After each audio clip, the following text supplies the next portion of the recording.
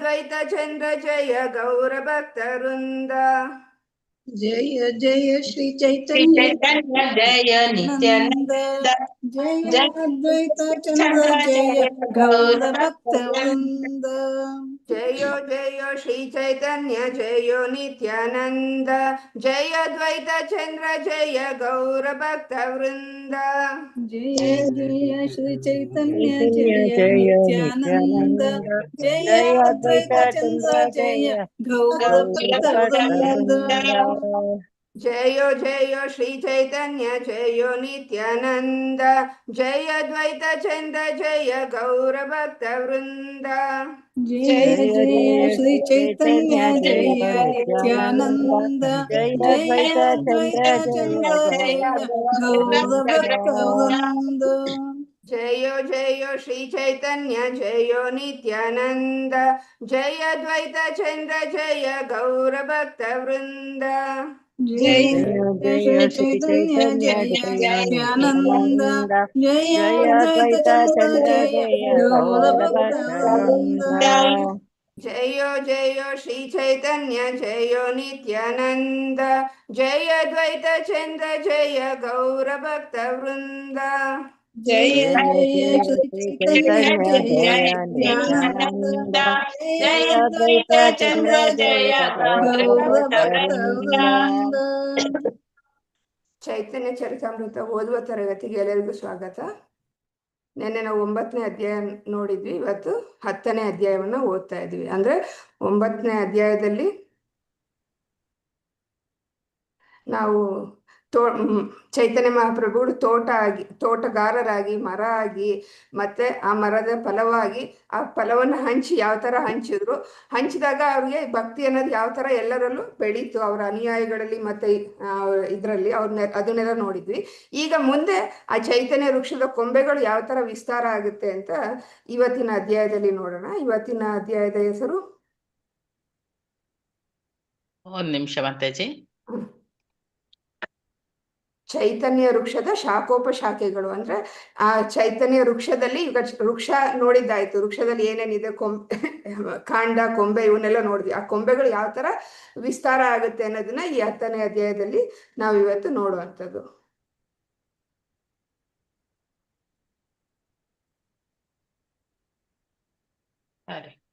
ಇನ್ನೊಂದು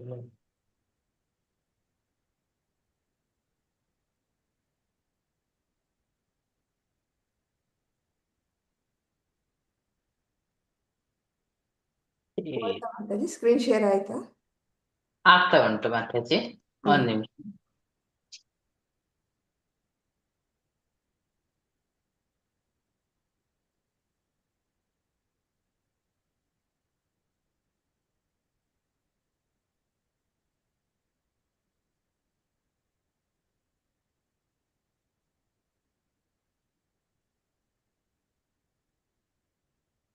ಬಂತ ಅಂತ ಹೇಳಿ ನೋಡಿ. ಬಂತು ಮಾತಾಡಿ. ಚೈತನ್ಯ ಚರಿತಾಮೃತ ಆದಿಲೀಲಾ ಅಧ್ಯಾಯ ಚೈತನ್ಯ ವೃಕ್ಷದ 10 ಚೈತನ್ಯ ವೃಕ್ಷದ ಶಾಖೋಪಶಾಖೆಗಳು. ಈ ಅಧ್ಯಾಯದಲ್ಲಿ ನಾವು ಚೈತನ್ಯ ಮಹಾಪ್ರಭುಗಳು ವೃಕ್ಷದ ಶಾಖೆಗಳನ್ನ ಯಾವ ತರ ಶಾಖೆಗಳನ್ನು ಕುರಿತು ಹೇಳ್ತಾ ಇದ್ದಾರೆ, ಆ ಶಾಖೆಗಳು ಯಾರ್ಯಾರಾಗಿದ್ರು ಮತ್ತೆ ಆ ಶಾಖೆಗಳು ಹೆಂಗೆ ಪ್ರಾರಂಭ ಆಯ್ತು, ಈ ಎಲ್ಲ ವಿಷಯವನ್ನ ನಾವು ಇಲ್ಲಿ 10ನೇ ಅಧ್ಯಾಯದಲ್ಲಿ ನಾವು ತಿಳ್ಕೊತೀವಿ. ಶ್ಲೋಕ ಸಂಖ್ಯೆ 1. ಶ್ರೀ ಚೈತನ್ಯ ಪದಾಂಬೋಜ ಮಧುಪೇಭ್ಯೋ ನಮೋ ನಮಃ ಕದಾಚಿದಾಶ್ರಯಾತ್ ಯೇಷಂ ಶ್ವಾಪಿ ತದ್ಗತ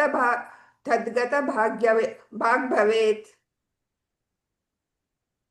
ಪ್ರವೀಣ ಮಾತಾಜಿ ಓದ್ತೀರಾ?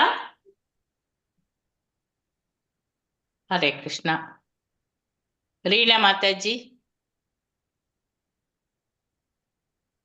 ಹರೇ ಕೃಷ್ಣ ಮಾತಾಜಿ. ಓದ್ಲಾ ಅಥವಾ ಮಾತಾಜಿ ಓದ್ತಾರ? ಓದಿ ಮಾತಾಜಿ. ಓದ್ಲಾ? ಓಕೆ ಮಾತಾಜಿ. ಶ್ರೀ ಚೈತನ್ಯ ಪಾದಾಂಬೋಜ ಮಧುಪೇಭ್ಯೋ ನಮೋ ನಮಃ ಕಥಾಂಚಿದ್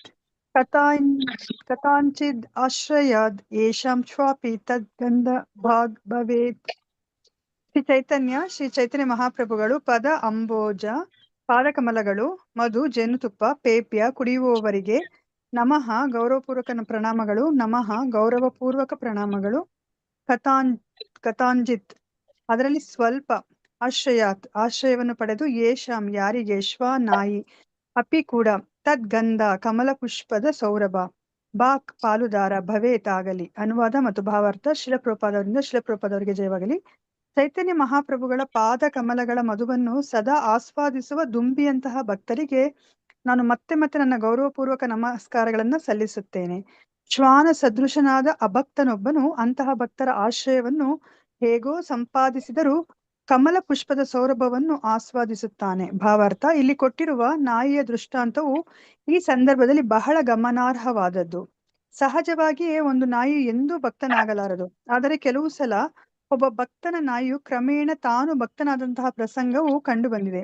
ನಾಯಿಗೆ ತುಳಸಿ ಗಿಡದ ವಿಷಯದಲ್ಲೂ ಗೌರವವಿಲ್ಲ ಎಂಬುದನ್ನು ನಾವು ಸ್ವತಃ ನೋಡಿದ್ದೇವೆ. ಅದು ತುಳಸಿ ಗಿಡದ ಮೇಲೆಯೇ ಮೂತ್ರ ವಿಸರ್ಜನೆ ಮಾಡಿಬಿಡುತ್ತದೆ. ಆದ್ದರಿಂದ ನಾಯಿಯು ಅಭಕ್ತರಲ್ಲಿ ಪ್ರಪ್ರಥಮ. ಆದರೆ ಶ್ರೀ ಚೈತನ್ಯ ಮಹಾಪ್ರಭುಗಳ ಸಂಕೀರ್ತನ ಆಂದೋಲನವು ಎಷ್ಟು ಪ್ರಬಲವಾಗಿದೆ ಎಂದರೆ ಶ್ವಾನ ಸದೃಶ ಅಭಕ್ತ ಕೂಡ ಚೈತನ್ಯ ಮಹಾಪ್ರಭುಗಳ ಭಕ್ತರ ಸಹವಾಸದಲ್ಲಿ ಕ್ರಮೇಣ ಭಕ್ತನಾಗಿ ಬಿಡುತ್ತಾನೆ. ಚೈತನ್ಯ ಮಹಾಪ್ರಭುಗಳ ಮಹಾ ಗೃಹಸ್ಥ ಭಕ್ತರಾದ ಶ್ರೀಲ ಶಿವಾನಂದ ಸೇನಾ ಅವರು ಜಗನ್ನಾಥಪುರಿಗೆ ಹೋಗುವ ದಾರಿಯಲ್ಲಿ ಒಂದು ಬೀದಿ ನಾಯಿಯನ್ನು ಆಕರ್ಷಿಸಿದರು. ಆ ನಾಯಿಯು ಅವರನ್ನು ಹಿಂಬಾಲಿಸಲು ಪ್ರಾರಂಭಿಸಿತು. ಕೊನೆಗೆ ಚೈತನ್ಯ ಮಹಾಪ್ರಭುಗಳನ್ನು ನೋಡಲು ಹೋಯಿತು. ಅಲ್ಲಿ ಅದು ವಿಮೋಚನೆಯನ್ನು ಪಡೆಯಿತು. ಅದೇ ರೀತಿಯಲ್ಲಿ ಶ್ರೀವಾಸ ಠಾಕೂರರ ಮನೆಯಲ್ಲಿದ್ದ ಬೆಕ್ಕು ನಾಯಿಗಳು ವಿಮುಕ್ತವಾದವು. ನಾಯಿಗಳು, ಬೆಕ್ಕುಗಳು ಮತ್ತು ಇತರ ಪ್ರಾಣಿಗಳು ಭಕ್ತರಾಗಬೇಕೆಂದು ನಿರೀಕ್ಷಿಸಲಾಗದು. ಆದರೆ ಪರಿಶುದ್ಧ ಭಕ್ತನ ಸಹವಾಸದಲ್ಲಿ ಅವು ಕೂಡ ವಿಮುಕ್ತವಾದವು. ಹರೇ ಕೃಷ್ಣ ಮಾತಾಜಿ, ಧನ್ಯವಾದಗಳು. ಹರೇ ಕೃಷ್ಣ. ಹರೇ ಕೃಷ್ಣ. ಧನ್ಯವಾದ ಮಾತಾಡಿ. ಅಂದ್ರೆ ಈ ಶ್ಲೋಕದಲ್ಲಿ ಮಧುಪ ಅನ್ನೋ ಉಪಮೇಲೆ ಹೇಳ್ತಾ ಇರಲಿಲ್ಲ. ಅಂದ್ರೆ ಚೈತನ್ಯ ಮಹಾಪ್ರಭುಗಳ ಶುದ್ಧ ಭಕ್ತರನ್ನ ಜೇನು ನೊಣಗಳಿಗೆ ಹೋಲಿಸಲಾಗಿದೆ. ಮಧುಪ ಅಂದ್ರೆ ಜೇನು ನೊಣ ಏನಾಗುತ್ತೆ, ಹೂವಿನ ಮಧುವನ್ನ ಆಸ್ವಾದನೆ ಮಾಡುತ್ತೆ. ಅದೇ ತರ ಶುದ್ಧ ಭಕ್ತರು ಚೈತನ್ಯ ಪ್ರಭುವಿನ ಪಾದ ಕಮಲಗಳಲ್ಲಿ ಭಕ್ತಿಯ ರಸವನ್ನ ಸದಾ ಆಸ್ವಾದಿಸ್ತಾರಂತೆ. ಆದ್ರಿಂದ ಅವ್ರನ್ನ ಮಧುಪ ಅಂದ್ರೆ ಮಧುವನ್ನು ಕುಡಿಯುವ ಜೇನು ನೊಣಗಳು ಅಂತ ಕರೀತಾ ಇದ್ದಾರೆ. ಅಂದ್ರೆ ಭಕ್ತರನ್ನ ಇಲ್ಲಿ ಜೇನು ನೊಣಗಳಿಗೆ ಹೋಲಿಸಿದ್ದಾರೆ. ಅವ್ರು ಯಾವ ಹೂವಿಂದ ಮಧುವನ್ನ ಆಸ್ವಾದನೆ ಮಾಡ್ತಾರೆ ಅಂದ್ರೆ ಚೈತನ್ಯ ಮಹಾಪ್ರಭುಗಳ ಪಾದಕಮಲಗಳಾದ ಹೂವುಗಳಿಂದ ಏನ್ ಮಾಡ್ತಾರೆ, ಅವರು ಭಕ್ತಿ ರಸವನ್ನ ಆಸ್ವಾದನೆ ಮಾಡ್ತಾರೆ ಅಂತ ಇಲ್ಲಿ ಹೇಳ್ತಾ ಇದ್ದಾರೆ. ಮತ್ತೆ ಇನ್ನೊಂದು ಶ್ವಾಪಿ, ಒಂದು ನಾಯಿಯ ಉದಾಹರಣೆ ಕೊಡ್ತಾ ಇದ್ದಾರೆ. ಅಂದ್ರೆ ನಾಯಿ ಅಂದ್ರೆ ಇಲ್ಲಿ ಕವಿರಾಜ ಗೋಸ್ವಾಮಿಗಳು ಹೇಳ್ತಾ ಇರೋದು ಅತ್ಯಂತ ಕೆಳಮಟ್ಟದ ಪ್ರಾಣಿ ಅಂದ್ರೆ ನಾಯಿ ಅಂತ ಅನ್ಕೊಂಡ್ರೆ ಅವ್ರನ್ನ ಅಭಕ್ತರಿಗೆ ಹೋಲಿಸ್ತಾ ಇದ್ದಾರೆ. ಅಥವಾ ಭಕ್ತಿಯಿಂದ ದೂರವಿರೋ ವ್ಯಕ್ತಿಯನ್ನ ಅವರು ಇಲ್ಲಿ ನಾಯಿ ಅಂತ ಕರೀತಾ ಇದ್ದಾರೆ. ಅಂದ್ರೆ ಒಬ್ಬ ವ್ಯಕ್ತಿ ಸ್ವತಃ ಅಭಕ್ತನಾಗಿದ್ದರೂ ಅವನು ಏನಾಗ್ತಾನೆ, ಆಶ್ರಯ ಅನ್ನೋದು ಮುಖ್ಯ. ಅಂದ್ರೆ ಯಾರು ಶುದ್ಧ ಭಕ್ತರ ಆಶ್ರಯವನ್ನ ಪಡ್ಕೊಂಡ್ರೆ ಅವನು ಆ ಭಕ್ತರ ಸಂಘದ ಪ್ರಭಾವದಿಂದ ಅವನಲ್ಲಿಯೂ ಸಹ ಭಕ್ತಿ ಬೀಜವನ್ನ ಮೂಡಬಹುದು ಅಂತ ಈ ಶ್ಲೋಕದಲ್ಲಿ ಹೇಳ್ತಾ ಇರೋದು. ಇಲ್ಲಿ ಆಶ್ರಯ ಅಂತ ಹೇಳ್ತಾ ಇರೋದು, ಆಶ್ರಯ ಅಂತಂದ್ರೆ ಆಶ್ರಯ ಪಡೆಯುವುದರಿಂದ.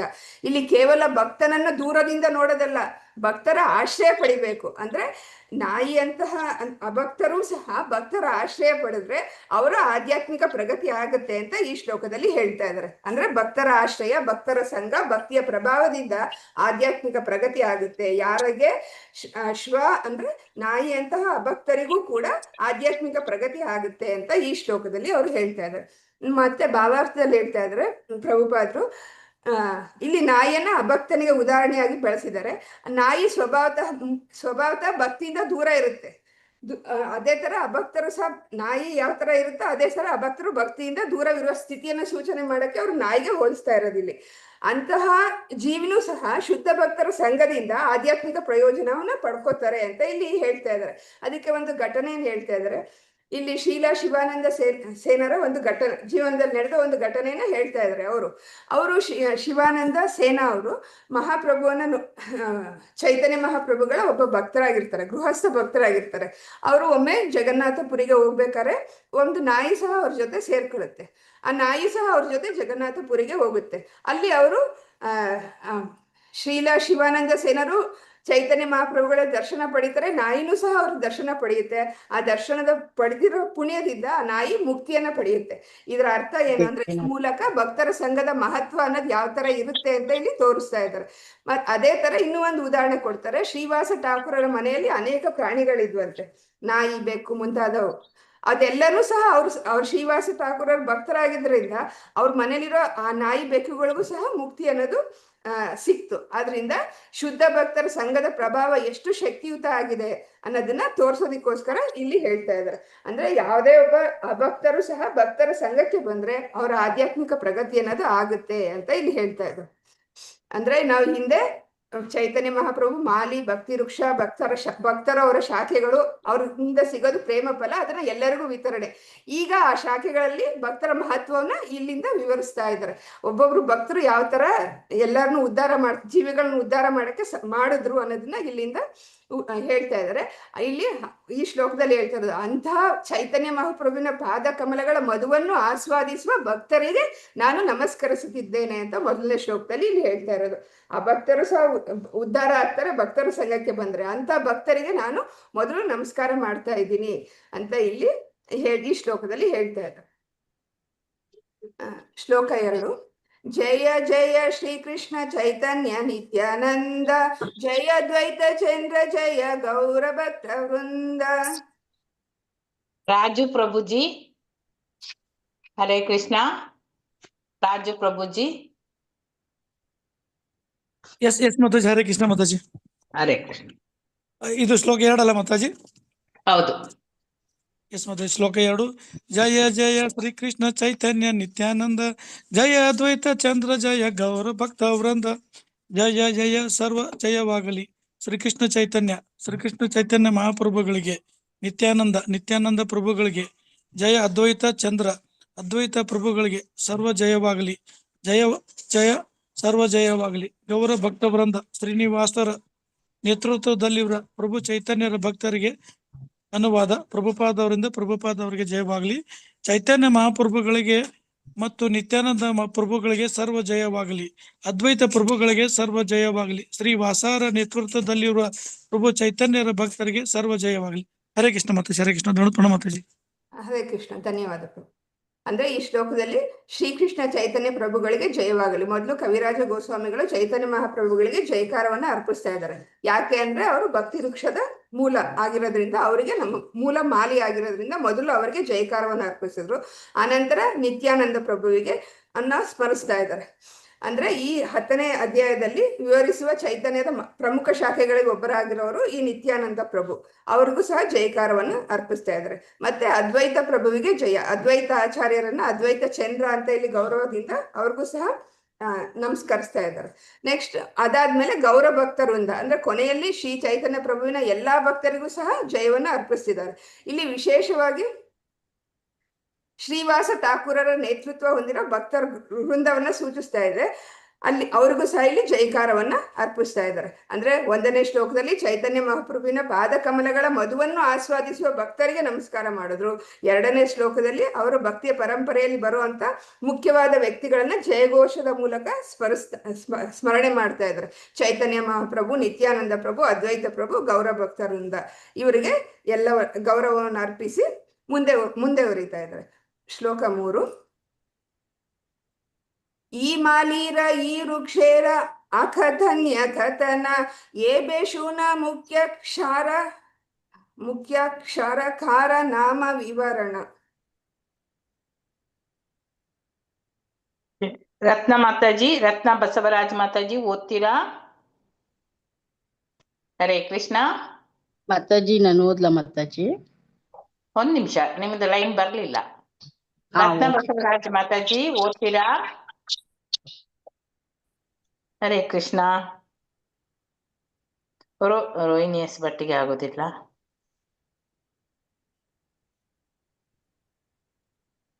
ಉಮಾದೇವಿ ಮಾತಾಜಿ ಓದಿ. ಹರೇ ಕೃಷ್ಣ ಮಾತಾಜಿ. 3ನೇದ ಮಾತಾಜಿ? ಹೌದು. ಓದ್ತೀನಿ ಮಾತಾಜಿ. ಒಂಚೂರು ಚಿಕ್ಕದ್ ಮಾಡ್ಕೊಂಡು ದೊಡ್ಡದಾಗ್ಬಿಟ್ಟಿರ್ತೀನಿ.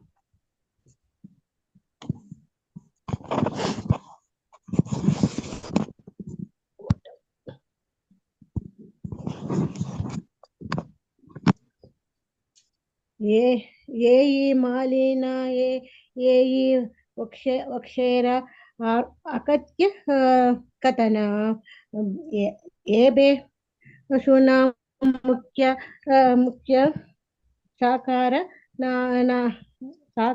ನಾಮ ವಿವರಣ. ತುಂಬಾ ದೊಡ್ಡದಾಗ್ಬಿಟ್ಟಿದೆ ಮತ್ತೆ ಚಿಕ್ಕದ್ ಮಾಡ್ಕೊಂತಿದ್ದೀನಿ.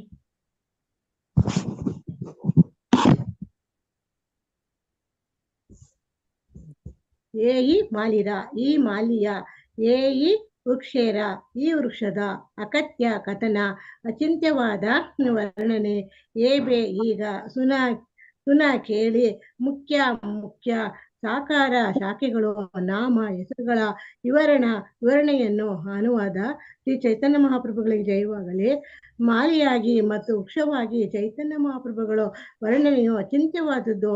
ಈಗ ಈ ವೃಕ್ಷದ ಶಾಖೆಗಳನ್ನು ಕುರಿತು ಗಮನವಿಟ್ಟು ಕೇಳಿ. ಹರೇ ಕೃಷ್ಣ ಮಾತಾಜಿ, ಧನ್ಯವಾದಗಳು. ಹರೇ ಕೃಷ್ಣ, ಧನ್ಯವಾದ. ಅಂದ್ರೆ ಇಲ್ಲಿ ಚೈತನ್ಯ ಮಹಾಪ್ರಭುವಿನ ಮಹಿಮೆ ಹೆಂಗಿದೆ, ಅದು ಅಕಥ್ಯ, ಅಂದ್ರೆ ಅಕಥ್ಯ ಕಥನ, ಅಂದ್ರೆ ಸಂಪೂರ್ಣವಾಗಿ ವರ್ಣಿಸಲು ಸಾಧ್ಯವಾಗದೇ ಇರುವಂತ ಮಹಿಮೆ, ಅವ್ರದ್ದು ಅಗಾಧವಾದ ಮಹಿಮೆ. ಇಲ್ಲಿ ಶ್ರೀ ಚೈತನ್ಯ ಮಹಾಪ್ರಭುವೇ ಮಾಲಿನೂ ಆಗಿದ್ದಾರೆ, ಭಕ್ತ ವೃಕ್ಷದ ರೂಪದಲ್ಲಿ ವಿವರಿಸಲ್ಪಡ್ತಾ ಇದ್ದಾರೆ. ಅವರ ಭಕ್ತಿಯ ಮಹಿಮೆ ಮತ್ತೆ ವಿಸ್ತಾರ ಹೆಂಗಿದೆ, ಅದು ಅತೀವ ಗಂಭೀರವಾದದ್ದು, ವಿಸ್ತಾರವಾಗಿರೋದು. ಅಂದ್ರೆ ನಾವು ಇಲ್ಲಿವರೆಗೂ ಏನ್ ತಿಳ್ಕೊಂಡ್ವಿ? ಈ ವೃಕ್ಷದ ಮಾಲಿ ಯಾರು? ಹರೇ ಕೃಷ್ಣ, ಯಾರಾದ್ರೂ ಹೇಳ್ಬೋದಾ? ಚೈತನ್ಯ ಮಹಾಪ್ರಭುಗಳು. ವೃಕ್ಷ ಅಂದ್ರೆ ವೃಕ್ಷ ಯಾರು? ರೆಂಬೆ ಕೊಂಬೆಗಳು ಎಲ್ಲ ವೃಕ್ಷಗಳು. ಪ್ರೇಮ ಫಲ? ಚೈತನ್ಯ ಮಹಾಪ್ರಭುಗಳು. ಪ್ರೇಮ ಫಲ ಏನು? ಚೈತನ್ಯ ಮಹಾಪ್ರಭು ವೃಕ್ಷದಿಂದ ಸಿಕ್ಕಿರೋ ಪ್ರೇಮ ಫಲ ಏನು? ಇದು ಹರಿನಾಮ ಜಪ.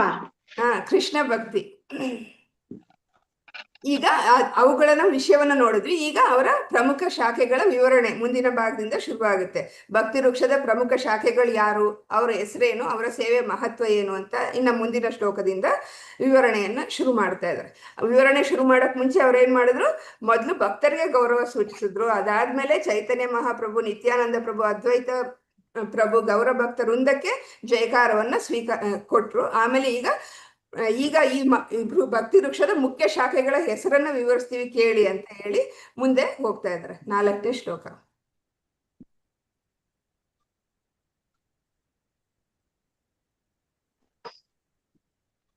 ಚೈತನ್ಯ ಗೋಸಾಯಿರ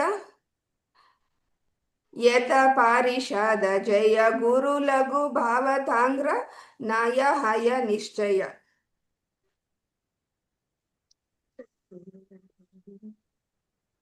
ಹರೇ ಕೃಷ್ಣ. ನೆಕ್ಸ್ಟ್ ಯಾರು ಮಾತಾಜಿ? ನೆಕ್ಸ್ಟ್ ಶುಭಾಂಗಿ ಮಾತಾಜಿ ಓದಿ. ಶುಭಾಂಗಿ. ಹರೇ ಕೃಷ್ಣ ಮಾತಾಜಿ, ನೆಕ್ಸ್ಟ್ ಓದ್ತೀನಿ Mataji. Okay. Moto G82 5G ಯಾರದು? ಓದಿ. ಮಂಜುಳಾ ಇರ್ಬೇಕು ಮಾತಾಜಿ. ಮಂಜುಳಾ ಒಬ್ರು ಬೇರೆ ಇದ್ದಾರೆ. ಮಂಜುಳಾ ಅಂತ ಹಾಕಿದ್ದೀನಿ. ಮಂಜುಳಾ ಇರುತ್ತೆ. ಮಾತಾಜಿ, ನಾನ್ ಚೇಂಜ್ ಮಾಡಿದ್ದೀನಿ. ಮತ್ತೆ ಇದ್ಯಾರು? ಮೋಟೋ ಓದಿ. ಮೋಟೋ ಯಾರು? ಗೊತ್ತಿಲ್ಲ. ಅವನಿಗೆ ಓದಕ್ ಬರಲ್ಲ ಮಾತಾಜಿ. ಓಕೆ. ಪ್ರವೀಣ ಮಾತಾಜಿ ಓದ್ತೀರಾ? ಅವರು ಬಿಸಿ ಇರ್ಬೇಕು. ನಾನು ಓದ್ಲಾ ಮಾತಾಜಿ? ಓದ್ತೀನಿ ಮಂಜುಳಾನೇ ಮಾತಾಜಿ, ನಾನ್ ಚೇಂಜ್ ಮಾಡಿಲ್ಲ. ಓಕೆ, ಓದಿ ಮಾತಾಜಿ. ಮಂಜುಳಾ. ಶ್ಲೋಕ 4. ಪ್ರತಿದಿನ ಹಂಗೆ ಆಗ್ತಾ ಇದೆ ಯಾಕೋ. ಚೈತನ್ಯ ಗೋಸಾಯಿರಯತ ಪಾರಿಷದ ಜಯ ಗುರು ಲಘು ಭಾವ ತಾನ್ರನ ಹಯ ನಿಶ್ಚಯ. ಚೈತನ್ಯ ಮಹಾಪ್ರಭುಗಳು, ಗೋಸಾಯಿರ ಪರಮ ಗುರುಗಳ, ಯತ ಎಲ್ಲ, ಪಾರಿಷದ ಚಯ ಒಡನಾಡಿಗಳ ಗುಂಪು, ಗುರು ಲಘು ಭಾವ ಕಿರಿಯರು ಎಂಬ ಗ್ರಹಿಕೆ, ತಾನ್ರ ಅವರ, ನ ಎಂದೂ ಇಲ್ಲ, ಹಯ ಆಗುವುದು ನಿಶ್ಚಯ ಖಂಡಿತ. ಅನುವಾದ.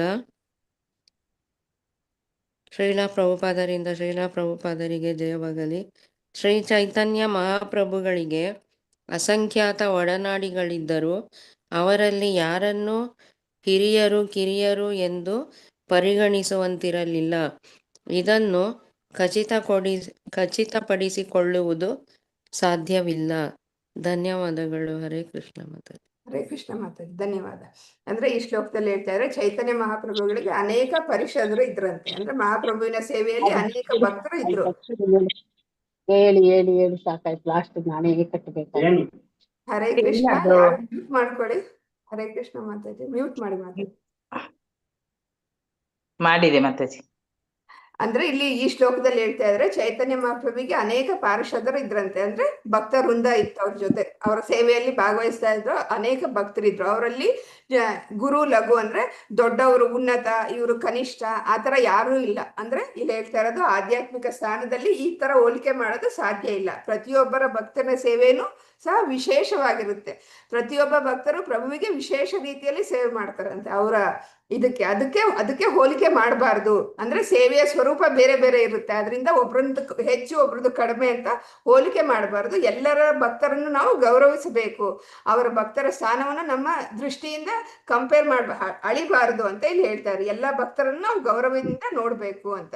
ಅಂದ್ರೆ ಈ ಮಹಾಪ್ರಭುಗಳ ಶಾಖೆಗಳು ಯಾರು ಅಂದ್ರೆ ಈಗ ಅವರ ಪಾರ್ಷದರು ಮತ್ತೆ ಭಕ್ತರು ಅಂತ ಈ ಶ್ಲೋಕದಿಂದ ನಮಗೆ ಅರ್ಥ ಆಗ್ತಾ ಇರೋದು. ಆ ಶಾಖೆಗಳಲ್ಲಿ ಯಾರು ದೊಡ್ಡವರು ಚಿಕ್ಕವರು ಅಂತ ನಾವು ನಿರ್ಧಾರ ಮಾಡಬಾರ್ದು ಅನ್ನೋ ಮುಖ್ಯ ಸೂಚನೆಯನ್ನ ಇಲ್ಲಿ ಕೊಡ್ತಾ ಇದ್ದಾರೆ. ಶ್ಲೋಕ ಸಂಖ್ಯೆ 5. ಯತ ಯತ ಮಹಾಂತ ಕೈಲ ತಾಂ ಸಾಬಾರ ಗಣನ ಕೇಹ ಕರಿ ಬಾರೆ ನಾರೆ ಜ್ಯೇಷ್ಠ ಲಘು ಕ್ರಮ. ಹರೇ ಕೃಷ್ಣ. ಶುಭಾಂಗಿ ಮಾತಾಜಿ ಓದ್ತೀರಾ? ಹರೇ ಕೃಷ್ಣ ಮಾತಾಜಿ. ಶ್ಲೋಕ 5. ಯತ ಯತ ಮಹಂತ ಕೈಲ ತಾಂಜ ಸಬರ ಗಣ ಕೇಹ ಕರಿ ಪರೆ ನರೆ ಜ್ಯೇಷ್ಠ ಲಘು ಕ್ರಮ. ಯತ ಯತ ಅಲ್ಲಿ ಇರುವ ಅಷ್ಟೊಂದು ಜನ, ಮಹಂತ ಮಹಾಭಕ್ತರು, ಕೈಲ ಮಾಡಿದರು, ತಾಂಡ್ರ ಸಭಾರ ಅವರೆಲ್ಲರ, ಗಣನ ಎಣಿಕೆಯನ್ನು, ಕೇಹೆ ಅವರೆಲ್ಲರೂ, ಕರಿಬಾರೆ ನಾರೆ ಮಾಡಲಾಗುವುದಿಲ್ಲ, ಜ್ಯೇಷ್ಠ ಹಿರಿಯರು, ಲಘು ಕಿರಿಯರು, ಕ್ರಮ ಅನುಕ್ರಮ. ಅನುವಾದ ಶ್ರೀಲ ಪ್ರಪಂಚೀಲ ಪ್ರವಚನವಾಗಲಿ. ಚೈತನ್ಯ ಮಹಾಪ್ರಭುಗಳು ಪರಂಪರೆಯಲ್ಲಿನ ಎಲ್ಲಾ ಮಹಾಪುರುಷರು ಈ ಭಕ್ತರನ್ನು ಗಣನೆ ಮಾಡಿದ್ದಾರೆ. ಆದರೆ ಅವರು ಇವರಲ್ಲಿ ಹಿರಿಯರು ಯಾರು ಕಿರಿಯರು ಯಾರು ಎಂದು ಗುರುತಿಸಲು ಆಗಲಿಲ್ಲ. ಹರೇ ಕೃಷ್ಣ ಮಾತಾಜಿ, ಧನ್ಯವಾದಗಳು. ಹರೇ ಕೃಷ್ಣ. ಅಂದ್ರೆ ಈ ಶ್ಲೋಕದಲ್ಲಿ ಹೇಳ್ತಾ ಇರೋದು ಅವರು ಚೈತನ್ಯ ಮಹಾಪ್ರಭುಗಳ ಭಕ್ತರ ಸಂಖ್ಯೆ ತುಂಬಾ ದೊಡ್ಡದಾಗಿತ್ತಂತೆ. ಆದ್ರಿಂದ ಚೈತನ್ಯ ಮಹಾಪ್ರಭುಗಳ ಮಹಾಭಕ್ತರು, ಅನೇಕ ಭಕ್ತರು ಮತ್ತೆ ಪಾರಿಷದರು ಇದ್ರು. ಅವ್ರನ್ನೆಲ್ಲ ಸಂಪೂರ್ಣವಾಗಿ ಎಣಿಸೋದು ಅಷ್ಟು ಸುಲಭ ಅಲ್ಲ. ಮತ್ತೆ ಭಕ್ತರ ಶ್ರೇಷ್ಠತೆಯ ಕ್ರಮವನ್ನು ಸಹ ನಾವು ಅಳಿಯೋದಕ್ಕೆ ಸಾಧ್ಯ ಇಲ್ಲ. ಒಬ್ರು ಶ್ರೇಷ್ಠರು, ಒಬ್ರು ಕನಿಷ್ಠರು ಆತರ ನಿಶ್ಚಯ ಮಾಡೋದು ಸಾಧ್ಯ ಇಲ್ಲ. ಎಲ್ಲ ಭಕ್ತರ ಆಧ್ಯಾತ್ಮಿಕ ಸ್ಥಾನ ಏನಿರುತ್ತೆ, ಆ ಭೌತಿಕ ಮಾನದಂಡಗಳಿಂದ ಅವುಗಳನ್ನ ಅಳಿಯಕ್ಕೆ ಸಾಧ್ಯ ಇರಲ್ಲ. ಆ ತರ ಕ್ರಮದಲ್ಲಿ ಇರುತ್ತೆ ಅಂತ ಇಲ್ಲಿ ಹೇಳ್ತಾ ಇದ್ದಾರೆ. ಅಂದ್ರೆ ಮಹಾಪ್ರಭುವಿನ ಪಾರಿಷದರಲ್ಲಿ ಯಾರು ದೊಡ್ಡವರು ಚಿಕ್ಕವರು ಅಂತ ನಿರ್ಧಾರ ಮಾಡಕ್ಕಾಗಲ್ಲ. ಆ ಮಹಾನ್ ಭಕ್ತರು ಅನೇಕರು ಇದ್ದಾರೆ. ಅವ್ರನ್ನ ಎಲ್ಲರನ್ನ ಗಣನೆಗೆ ತಗೊಂಡು ಇವರು ಜ್ಯೇಷ್ಠ ನಿಕೃಷ್ಟ ಆ ತರ ಮಾಡಕ್ಕೆ ಸಾಧ್ಯ ಇಲ್ಲ ಅಂತ ಈ ಶ್ಲೋಕದಲ್ಲಿ ಹೇಳ್ತಾ ಇದ್ದಾರೆ. ಶ್ಲೋಕ ಸಂಖ್ಯೆ 6. ಆತ ಏವ ತಾಂ ಸಬಾರೆ ಕರಿ ನಮಸ್ಕಾರ ನಾಮ ಮಾತ್ರ ಕರಿ ದೋಷ ನಾಲಬೆ ಅಮಾರ. ಈಗ 1+7 ಪ್ರೀ ಆರ್ ಓ ಭಾಗ್ಯಲಕ್ಷ್ಮಿ ಆರ್ ಮಾತಾಜಿ ಓದಿ. ಭಾಗ್ಯಲಕ್ಷ್ಮಿ ಮಾತಾಜಿ ಓದಿ. ಹರೇ ಕೃಷ್ಣ ಮಾತಾಜಿ, ಓದ್ತಾ ಇದ್ದೀನಿ ಮಾತಾಜಿ. ಶ್ಲೋಕ 6. ಆತ ಏವ ತಾಜ ಸಬರೆ ಕರಿ ನಮಸ್ಕಾರ ನಾಮ ಮಾತ್ರ ಕರಿ ದೋಷ ನಾಲಬೆ ಅಮರ. ಆತ ಏವ ಆದ್ದರಿಂದ ತಾಜ್ ಸಬಾರೆ ಅವರೆಲ್ಲರಿಗೂ ಕರಿ ಮಾಡುತ್ತೇನೆ, ನಮಸ್ಕಾರ ನನ್ನ ನಮಸ್ಕಾರಗಳು ಸಲ್ಲಿಸುತ್ತೇನೆ. ನಾಮ ಮಾತ್ರ ಹೆಸರಿಗೆ ಮಾತ್ರ, ಕರಿ ನಾನು ಮಾಡುತ್ತೇನೆ, ದೋಷ ತಪ್ಪು ನಾ ಇಲ್ಲ, ಲಭೆ ತೆಗೆದುಕೊಳ್ಳುವುದು, ಅಮಾರ ನನ್ನ. ಅನುವಾದ ಶ್ರೀಲ ಪ್ರಭುಪಾದರಿಗೆ ಜಯವಾಗಲಿ. ನಾನು ಅವರಿಗೆ ಗೌರವ ಸೂಚಕ ನಮಸ್ಕಾರಗಳನ್ನು ಸಲ್ಲಿಸುತ್ತೇನೆ. ಅವರು ನನ್ನ ದೋಷಗಳನ್ನು ಪರಿಗಣಿಸಬಾರದೆಂದು ಪ್ರಾರ್ಥಿಸುತ್ತೇನೆ. ಹರೇ ಕೃಷ್ಣ ಮಾತಾಜಿ, ಧನ್ಯವಾದಗಳು ಮಾತಾಜಿ. ಹರೇ ಕೃಷ್ಣ, ಧನ್ಯವಾದ. ಈ ಶ್ಲೋಕದಲ್ಲಿ ಕವಿರಾಜ ಗೋಸ್ವಾಮಿ ಅವ್ರು ಏನ್ ಮಾಡ್ತಾ ಇದ್ರೆ ಎಲ್ಲಾ ಭಕ್ತ ವೃಂದಕ್ಕೆ ನಮಸ್ಕಾರ ಮಾಡ್ತಾ ಇದ್ರ. ಭಕ್ತರಲ್ಲಿ ಯಾರು ಜ್ಯೇಷ್ಠರು ಕನಿಷ್ಠರು ಅಂತ ನಿರ್ಧಾರ ಮಾಡಕ್ ಸಾಧ್ಯ ಇಲ್ಲ. ಆದ್ರಿಂದ ಇಲ್ಲಿ ಕೃಷ್ಣರಾಜ ಕವಿರಾಜರು ಎಲ್ಲಾ ಭಕ್ತರಿಗೂ ಗೌರವದಿಂದ ನಮಸ್ಕಾರ ಮಾಡ್ತಾರೆ. ಇದು ವಿನಯ ಭಾವ ತೋರಿಸ್ತಾ ಇದೆ ಅವರು. ಅಂದ್ರೆ ಭಕ್ತರ ಮಹಿಮೆಯನ್ನ ನಾನು ಸಂಪೂರ್ಣವಾಗಿ ವಿವರಿಸಲು ಸಾಧ್ಯ ಇಲ್ಲ ಅನ್ನೋ ವಿನಯ ಇಲ್ಲಿ ವ್ಯಕ್ತ ಆಗ್ತಾ ಇದೆ. ಆದ್ರಿಂದ ಅವರು ಈ ಭಕ್ತರ ಹೆಸರುಗಳನ್ನ ಮಾತ್ರ ಉಲ್ಲೇಖಿಸ್ತೀನಿ ಅಂತ ಇಲ್ಲಿ. ಅಂದ್ರೆ ಅವ್ರು ಬರೀತಾ ಇದ್ದೀನಿ, ನಾನು ಅವರ ಮಹಿಮಾವಂತರು, ಅವ್ರ ಬಗ್ಗೆ ನಾನು ಬರೀತಾ ಇದ್ದೀನಿ. ಅದಕ್ಕೆ ಮುಂಚೆನೆ ಅವ್ರು ಕ್ಷಮೆ ಕೇಳ್ತಾ ಇದಾರೆ ಅವ್ರ ಹತ್ರ. ನಾನು ಬರೆಯುವಾಗ ಏನಾದ್ರು ತಪ್ಪಾಗಿರ್ಬೋದು, ಅದನ್ನ ನೀವು ಅಪರಾಧ ಅಂತ ಪರಿಗಣಿಸಬಾರ್ದು ಅಂತ ಅವ್ರ ಹತ್ರ ಅಪರಾಧವಾಗಿ ನನ್ನ ಹತ್ರ ಅಪರಾಧ ಆಗದೆ ಇರ್ಲಿ, ಒಂದ್ ಪಕ್ಷ ಅಪರಾಧ ಆಗಿದ್ರು ಕ್ಷಮಿಸಿ ಅಂತ ಗೌರವದಿಂದ ಅವ್ರನ್ನೆಲ್ಲ ಕ್ಷಮೆ ಕೇಳ್ತಾ ಇದ್ದಾರೆ. ಅಂದ್ರೆ ಇಲ್ಲಿ ಮಹಾರಾಜರ ಪರಿಷದರಲ್ಲಿ ಗುರು ಲಘು ಆತರ ಭೇದ ನಿರ್ಧಾರ ಮಾಡಕ್ಕಾಗಲ್ಲ. ಅವರೆಲ್ಲ ಅನೇಕ ಭಕ್ತರಿದ್ರು, ಅವರಲ್ಲಿ ಜ್ಯೇಷ್ಠ ಲಘು ಈ ಕ್ರಮನ ನಿರ್ಧಾರ ಮಾಡಕ್ಕೆ ಸಾಧ್ಯ ಆಗ್ತಾ ಇರ್ಲಿಲ್ಲ. ಆದ್ರಿಂದ ಇಲ್ಲಿ ಏನ್ ಮಾಡ್ತಾ ಇದಾರೆ, ಕವಿರಾಜ ಗೋಸ್ವಾಮಿ ಅವರು ಎಲ್ಲಾ ಭಕ್ತರಿಗೂ ನಮಸ್ಕಾರ ಮಾಡಿ ಅವರ ಹೆಸರನ್ನು ಉಲ್ಲೇಖಿಸುವಾಗ ನಮ್ಮಿಂದ ಏನಾದ್ರು ತಪ್ಪಾಗಿದ್ರೆ ಕ್ಷಮಿಸಿ ಅಂತ ಇಲ್ಲಿ ಕೃಷ್ಣರಾಜ ಕವಿರಾಜರು ಪ್ರಾರ್ಥನೆಯನ್ನ ಮಾಡ್ತಾ ಇದ್ದಾರೆ. ನೆಕ್ಸ್ಟ್ ಶ್ಲೋಕ ಸಂಖ್ಯೆ 7. ವಂದೇ ಶ್ರೀಕೃಷ್ಣ ಚೈತನ್ಯ ಪ್ರೇಮಾಮೃತ ತರೋರೆ ಪ್ರಿಯಾನ್ ಶಾಖರೂಪಾನ್ ಭಕ್ತಗಣಾನ್ ಕೃಷ್ಣ ಪ್ರೇಮ ಫಲ ಪ್ರದಾನ್. ಹರೇ ಕೃಷ್ಣ. ಹರೇ ಕೃಷ್ಣ. ಚಿತ್ರಮೋಹಿನಿ ಮಾತಾಜಿ ಹರೇ ಕೃಷ್ಣ. ಚಿತ್ರಮೋಹಿನಿ ಮಾತಾಜಿ. ಹರೇ ಕೃಷ್ಣ ಮಾತಾಜಿ. ಓದ್ತೇನೆ ಮಾತಾಜಿ.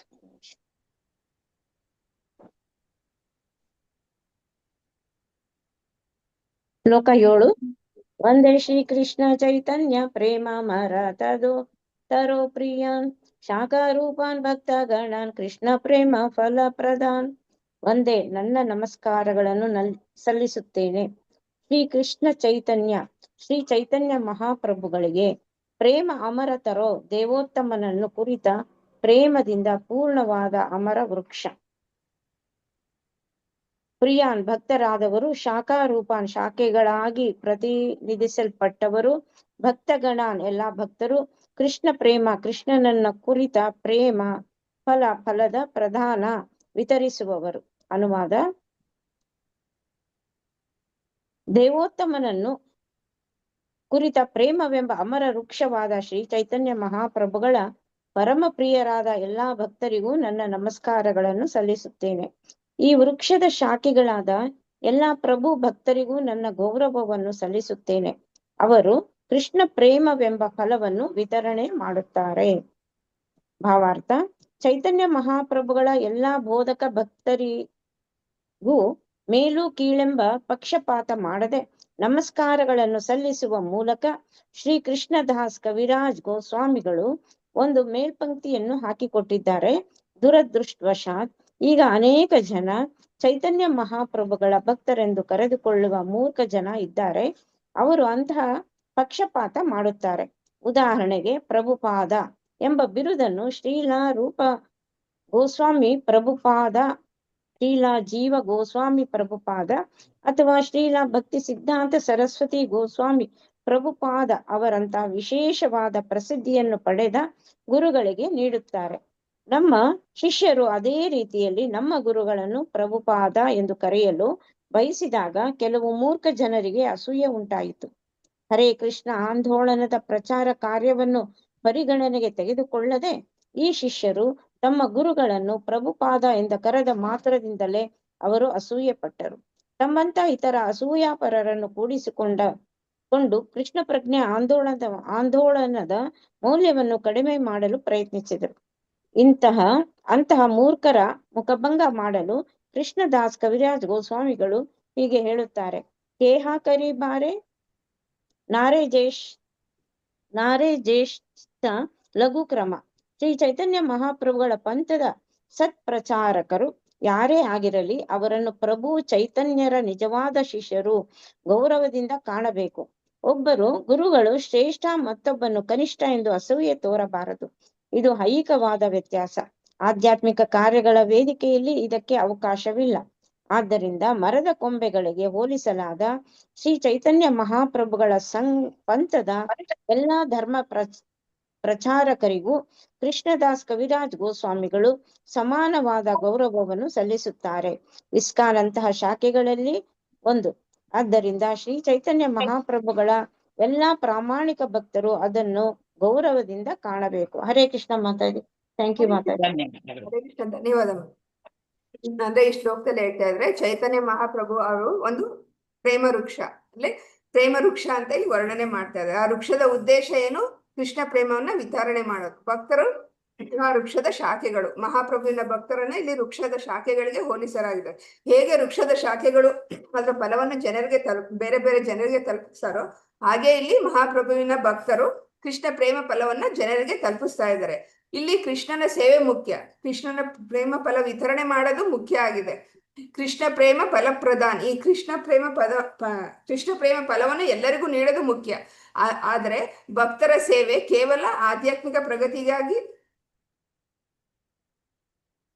ಅವರ ಆಧ್ಯಾತ್ಮಿಕ ಪ್ರಗತಿಗೆ ಮಾತ್ರ ಇರಲ್ಲ, ಅದನ್ನ ಇತರರಿಗೂ ಸಹ ಹಂಚಬೇಕಾಗಿರುತ್ತೆ, ಅವ್ರನ್ನು ಸಹ ಕೃಷ್ಣ ಪ್ರಜ್ಞ ಮಾರ್ಗಕ್ಕೆ ತರಬೇಕಾಗಿರುತ್ತೆ. ಇದು ಅವರ ಕೆಲಸ ಆಗಿರುತ್ತೆ. ಆದ್ರಿಂದ ಇಲ್ಲಿ ಕವಿರಾಜ ಗೋಸ್ವಾಮಿಗಳು ಏನ್ ಮಾಡ್ತಾ ಇದ್ದಾರೆ, ಎಲ್ಲಾ ಭಕ್ತರಿಗೂ ಗೌರವವನ್ನು ಸಲ್ಲಿಸ್ತಾ ಇದ್ದಾರೆ. ಯಾರಿಗೂ ಭೇದ ಭಾವ ಮಾಡಿಲ್ಲ. ಇವ್ರು ಜ್ಯೇಷ್ಠ ಲಘು ಆ ಭೇದ ಭಾವ ಮಾಡದೆ ಎಲ್ಲಾ ಭಕ್ತರಿಗೂ ಸಮಾನ ಗೌರವವನ್ನು ತೋರಿಸ್ತಾ ಇದ್ದಾರೆ. ಇದೇ ತರ ನಾವು ಎಲ್ಲಾ ಭಕ್ತರಿಗೂ ಗೌರವ ಕೊಡಬೇಕು ಅನ್ನೋದು ಒಂದು ಪಾಠವನ್ನ ಈ ಶ್ಲೋಕದ ಮೂಲಕ ನಮಗೂ ಸಹ ತಿಳಿಸ್ಕೊಡ್ತಾ ಇದ್ದಾರೆ. ಮತ್ತೆ ಭಾವಾರ್ಥದಲ್ಲಿ ಹೇಳ್ತಾ ಇದ್ದಾರೆ ಕವಿರಾಜ ಗೋಸ್ವಾಮಿಗಳು, ಎಲ್ಲಾ ಪ್ರಚಾರಕರು ಭಕ್ತರಿಗೆ ಭೇದ ಭಾವವಿಲ್ಲದೆ ಗೌರವ ತೋರಿಸೋ ಮೂಲಕ ಅವರು ಆದರ್ಶವನ್ನ ಸ್ಥಾಪನೆ ಮಾಡ್ತಾ ಇದ್ದಾರೆ. ಆದರ್ಶದಲ್ಲಿ ಹಿಂದೆ ಇರೋ ತತ್ವ ಹೇಳ್ತಾ ಇದ್ದಾರೆ. ಕೇಹ ಕರಿ ಬಾರೆ ನಾರೆ ಜ್ಯೇಷ್ಠ ಲಘು ಕ್ರಮ, ಅಂದ್ರೆ ಭಕ್ತರಲ್ಲಿ ಒಬ್ಬರು ಜ್ಯೇಷ್ಠರು ಅಥವಾ ಲಘು ಅನ್ನೋದು ಅನ್ನೋದನ್ನ ನಮ್ಮ ಭೌತಿಕ ಕ್ರಮದಿಂದ ನೋಡಿ ಆತರ ಅಳತೆ ಮಾಡಕ್ಕೆ ಸಾಧ್ಯ ಇಲ್ಲ. ಆದ್ರಿಂದ ಯಾರು ಪ್ರಚಾರ ಮಾಡ್ತಾ ಇರ್ತಾರೋ ಅವ್ರ ಬಗ್ಗೆ ನಾವು ಅಸೂಯೆ ಪಡಬಾರ್ದು. ಒಬ್ಬ ಭಕ್ತ ಹೆಚ್ಚು ಪ್ರಚಾರ ಮಾಡ್ತಾ ಇದ್ರೆ, ಒಬ್ರು ಕಡಿಮೆ ಪ್ರಚಾರ ಮಾಡ್ತಾ ಇದ್ರೆ, ಆ ದೃಷ್ಟಿಯಿಂದ ನೋಡಿ ಒಬ್ರನ್ನ ಮೇಲೂ ಒಬ್ರು ಕೆಳಗು ಆತರ ಮಾಡೋದು ನಮ್ಮ ಭೌತಿಕ ಮನೋಭಾವದಲ್ಲಿ ಇರುವಂತವ್ರು. ಆಧ್ಯಾತ್ಮಿಕ ಸೇವೆಯಲ್ಲಿ ಈ ಅಸೂಯೆಗೆ ಸ್ಥಾನನೇ ಇಲ್ಲ ಅಂತ ಇಲ್ಲಿ ಹೇಳ್ತಾ ಇದ್ದಾರೆ. ಪ್ರಚಾರ ಮಾಡೋ ಪ್ರತಿಯೊಬ್ಬ ಭಕ್ತರನ್ನು ನಾವು ಗೌರವಿಸ್ಬೇಕು. ಇದು ಯಾಕೆ ಅವರು ಶ್ರೀ ಚೈತನ್ಯ ಮಹಾಪ್ರಭುವಿನ ಭಕ್ತಿ ಸಂದೇಶವನ್ನು ಪ್ರಚಾರ ಮಾಡ್ತಾ ಇದ್ದಾರೆ. ಆದ್ರಿಂದ ಅವರು ಗೌರವಕ್ಕೆ ಅರ್ಹರಾಗಿರ್ತಾರೆ.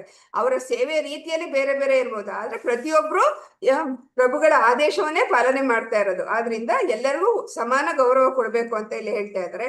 ಮತ್ತೆ ಪ್ರಭುಪಾದ ಅನ್ನೋ ಈ ಸಂಬೋಧನೆಯನ್ನ ಯಾರಿಗೆ ಕೊಡ್ತಾರೆ? ಹಿಂದಿನ ಆಚಾರ್ಯರು ರೂಪ ಗೋಸ್ವಾಮಿ ಪ್ರಭುಪಾದ, ಜೀವ ಗೋಸ್ವಾಮಿ ಪ್ರಭುಪಾದ, ಭಕ್ತಿ ಸಿದ್ಧಾಂತ ಸರಸ್ವತಿ ಗೋಸ್ವಾಮಿ ಪ್ರಭುಪಾದ ಮುಂತಾದವ್ರಿಗನ್ನ ಗೌರವಪೂರ್ವಕವಾಗಿ ಹೇಳೋದಕ್ಕೆ ಪ್ರಭುಪಾದ ಅಂತ ಬಿರುತನ್ನ ಹಿಂದೆ ಸೇರಿಸಿ ಹೇಳ್ತಾ ಇದ್ದಾರೆ.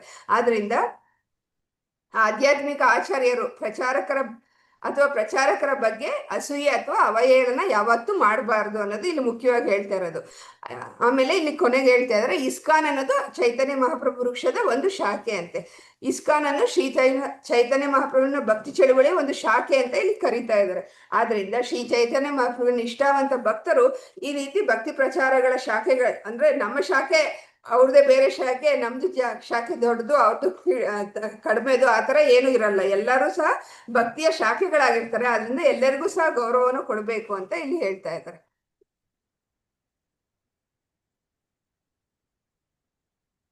ಇಲ್ಲಿ ಆ ಚೈತನ್ಯ ವೃಕ್ಷದ ಶಾಖೆಗಳು ಎಲ್ಲರೂ, ಆ ಶಾಖೆಗಳ ಮೂಲಕ ಅವರು ಚೈತನ್ಯರ ಸೇವೆ ಮಾಡ್ತಾ ಇದ್ದಾರೆ. ಆ ಕೃಷ್ಣ ಫಲ ವಿತರಣೆ ಮಾಡೋದು ಮುಖ್ಯ ಕಾರ್ಯ ಆಗಿರುತ್ತೆ. ಅವ್ರನ್ನ ಯಾವುದೇ ರೀತಿ ಭೇದ ಭಾವ ಇರಲ್ಲ ಅವರಲ್ಲಿ ಅಂತ. ನೆಕ್ಸ್ಟ್ ಶ್ಲೋಕ ಸಂಖ್ಯೆ 8. ಶ್ರೀವಾಸ ಪಂಡಿತ ಆರ ಶ್ರೀರಾಮ ಪಂಡಿತ ದೂಯಿ ಬಾಯಿ ದೂಯಿ ಶಾಖ ಜಗದೆ ವಿದಿತ. ಡಾಕ್ಟರ್ ಎಂ ಕೃಷ್ಣಮೂರ್ತಿ ಪ್ರಭುಜಿ ಓದಿ. ಹರೇ ಕೃಷ್ಣ. ಹರೇ ಕೃಷ್ಣ ಮಾತಾಜಿ ಓದ್ತೇನೆ, ಕೇಳ್ತೇನೆ. ಶ್ಲೋಕ 8. ಶ್ರೀವಾಸ ಪಂಡಿತ ಆರ ಶ್ರೀರಾಮ ಪಂಡಿತ ದುಯಿ ಬಾಯಿ ದುಯಿ ಶಾಖ ಜಗತೆ ವಿದಿತ. ಶ್ರೀವಾಸ ಪಂಡಿತ ಆರ ಮತ್ತು ಶ್ರೀರಾಮ ಪಂಡಿತ ದುಯಿ ಬಾಯಿ ಇಬ್ಬರು ಸಹೋದರರು, ದುಯಿ ಶಾಖ ಎರಡು ಶಾಖೆಗಳು, ಜಗತೆ ಈ ಜಗತ್ತಿನಲ್ಲಿ, ವಿದಿತ ಪ್ರಸಿದ್ಧ. ಅನುವಾದ: ಶ್ರೀವಾಸ ಪಂಡಿತ ಮತ್ತು ಶ್ರೀರಾಮ ಪಂಡಿತ ಎಂಬ ಇಬ್ಬರು ಸಹೋದರರು ಪ್ರಪಂಚದಲ್ಲಿ ಪ್ರಸಿದ್ಧವಾದ ಎರಡು ಶಾಖೆಗಳನ್ನು ಪ್ರಾರಂಭಿಸಿದ. ಭಾವಾರ್ಥ: ಶ್ರೀಲಪ್ರಭಾದರಿಗೆ ಜಯವಾಗಲಿ. ಗೌರ ಗಣೇಶೋದ್ದೇಶ ದೀಪಿಕಾ 90 ಎಂಬ ಗ್ರಂಥದಲ್ಲಿ ಶ್ರೀವಾಸ ಪಂಡಿತರನ್ನು ಶ್ರೀವಾಸ ಠಾಕೂರ ನಾರದ ಮುನಿಗಳ ಅವತಾರವೆಂದು, ಅವರ ತಮ್ಮರಾದ ಶ್ರೀರಾಮ ಪಂಡಿತರನ್ನು ನಾರದರ ಮಿತ್ರರಾದ ಪರ್ವತ ಮುನಿಗಳ ಅವತಾರವೆಂದು ವರ್ಣಿಸಲಾಗಿದೆ. ಶ್ರೀವಾಸ ಪಂಡಿತರ ಪತ್ನಿಯಾದ ಮಾಲಿನಿಯನ್ನು ದಾದಿ ಅಂಬಿಕಾಳ ಅವತಾರವೆಂದು ಕರೆಯಲಾಗಿದೆ. ಅಂಬಿಕಳು ಪ್ರಭು ಕೃಷ್ಣನಿಗೆ ಸ್ತನಪಾನ ಮಾಡಿಸಿದವಳು. ಶ್ರೀ ಚೈತನ್ಯ ಭಾಗವತದ ಲೇಖಕರಾದ ಠಾಕೂರ ವೃಂದಾವನದ ದಾಸ ತಾಯಿ ನಾರಾಯಣಿಯು ಶ್ರೀವಾಸ ಪಂಡಿತರ ಅಣ್ಣನ ಮಗಳು. ಇವಳು ಕೃಷ್ಣಲೀಲೆಯಲ್ಲಿ ಅಂಬಿಕಳ ಸಹೋದರಿ. ಇದನ್ನು ಈಗಾಗಲೇ ಹೇಳಲಾಗಿದೆ. ಶ್ರೀ ಚೈತನ್ಯ ಮಹಾಭಾಗವತದಲ್ಲಿನ ವರ್ಣನೆಯ ಪ್ರಕಾರ ಶ್ರೀ ಚೈತನ್ಯ ಮಹಾಪ್ರಭುಗಳು ಸನ್ಯಾಸ ಸ್ವೀಕಾರ ಮಾಡಿದ ಮೇಲೆ ಶ್ರೀವಾಸ ಪಂಡಿತರು ಪ್ರಾಯ ಅಗಲಿಕೆಯ ನೋವಿನಿಂದ ನವದ್ವೀಪವನ್ನು ತೊರೆದು ಕುಮಾರಹಟ್ಟಕ್ಕೆ ಬಂದು ನೆಲೆಸಿದರು ಎಂಬುದನ್ನು ಕೂಡ ನಾವು ಅರಿಯುತ್ತೇವೆ. Hare Krishna Mataji, thank you. ಹರೇ ಕೃಷ್ಣ, ಧನ್ಯವಾದ.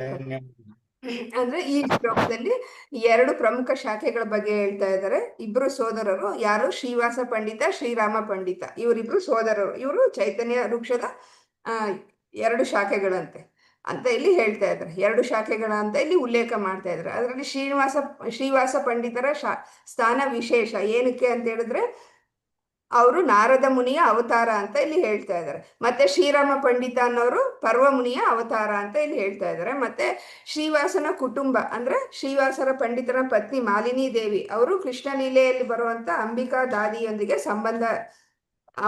ಸಂಬಂಧವನ್ನ ಹೇಳ್ತಾ ಇದ್ದಾರೆ. ಮತ್ತೆ ಅವರ ಸೋದರನ ಮಗಳು ನಾರಾಯಣಿ ಮುಂದೆ ವೃಂದಾವನ ದಾಸ ಠಾಕೂರ್ ಅವರಿಗೆ ತಾಯಿ ಆಗಿದ್ರಂತೆ. ಈ ವೃಂದಾವನ ದಾಸ ಠಾಕೂರ್ ಯಾರಪ್ಪ ಅಂದ್ರೆ ಅವರು ಚೈತನ್ಯ ಭಾಗವತವನ್ನು ಬರೆದಿರೋ ಅಂತವ್ರು ಅಂತ ಇಲ್ಲಿ ಹೇಳ್ತಾ ಇದ್ದಾರೆ. ಇಲ್ಲಿ ಮುಂದೆ ಶ್ರೀವಾಸ ಪಂಡಿತರು ಏನ್ ಮಾಡ್ತಾರೆ, ಚೈತನ್ಯ ಮಹಾಪ್ರಭುಗಳ ಸನ್ಯಾಸ ಸ್ವೀಕರಿಸಿದ ನಂತರ ಅವ್ರನ್ನ ಬಿಟ್ಟ ಅವರ ವಿರಹ ಭಾವವನ್ನು ತಾಳಲಾರದೆ ಇವ್ರೇನ್ ಮಾಡ್ತಾರೆ, ನವದ್ವೀಪವನ್ನು ತೊರೆದು ಕುಮಾರ ಹಟ್ಟ ಅಲ್ಲಿ ವಾಸ ಮಾಡಕ್ಕೆ ಶುರು ಮಾಡ್ತಾರೆ ಅಂತ ಇಲ್ಲಿ ಚೈತನ್ಯ ಭಾಗವತದ ವಿವರಣೆಯಲ್ಲಿ ಹೇಳಿದೆ ಅಂತ ಇಲ್ಲಿ ಹೇಳ್ತಾ ಇದ್ದಾರೆ.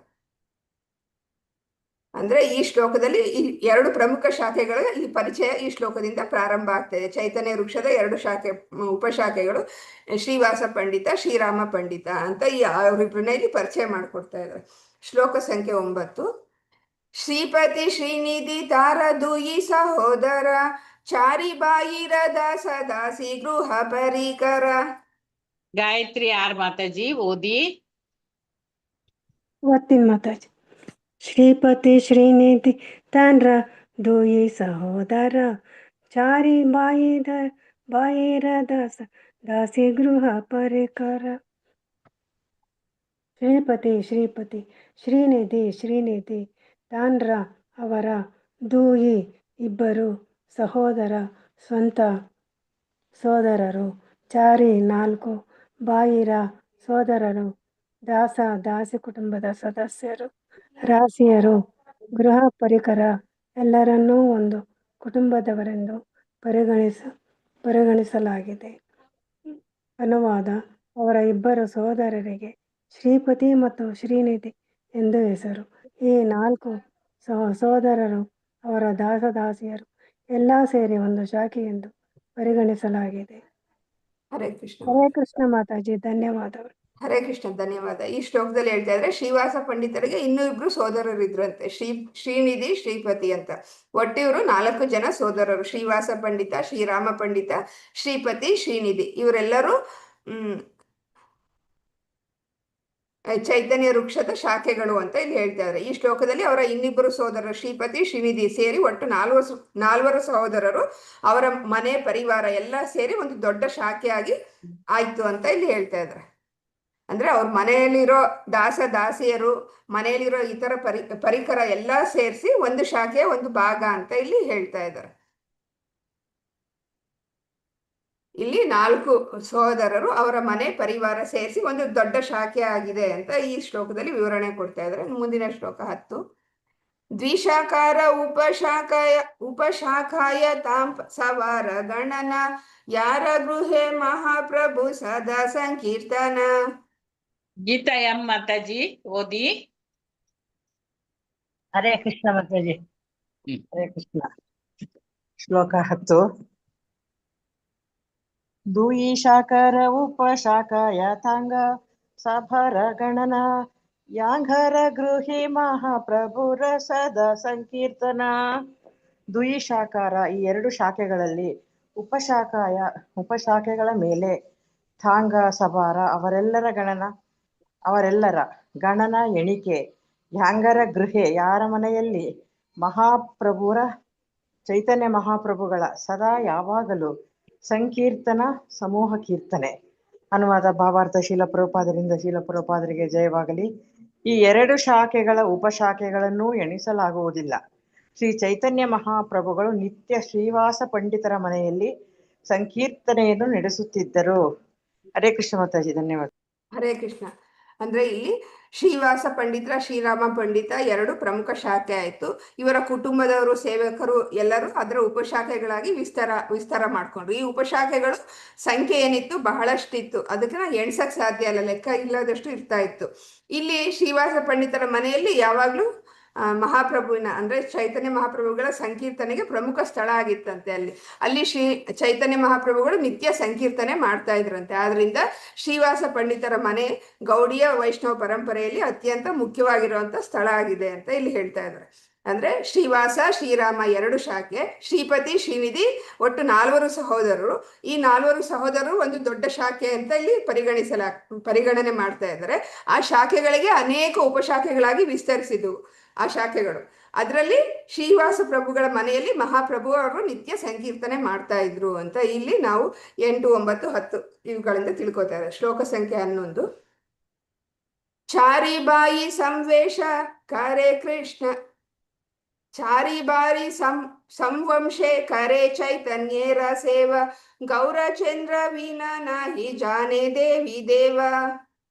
ಗೀತಾ ಆರ್ಕೋಡಿಕಲ್ ಮಾತಾಜಿ. ಹರೇ ಕೃಷ್ಣ. ಗೀತಾ ಆರ್ಕೋಡಿಕಲ್ ಮಾತಾಜಿ. ಹೇಳ್ತೇನೆ ಮಾತಾಜಿ. ಚಾರಿಬಾಯಿ ವಂಶೇ ಕರೆ ಚೈತನ್ಯರ ಸೇವಾ, ಗೌರಚಂದ್ರ ವಿನಾ ನಹಿ ಜಾನೆ ದೇವಿ ದೇವಾ. ಚಾರಿಬಾಯಿ 4 ಸಹೋದರರು ಸವಂಶೆ ಕುಟುಂಬದ ಎಲ್ಲ ಸದಸ್ಯರೊಡನೆ ಕರೆ ಮಾಡಿದರು ಚೈತನ್ಯರ ಶ್ರೀ ಚೈತನ್ಯ ಮಹಾಪ್ರಭುಗಳ ಸೇವೆಯನ್ನು.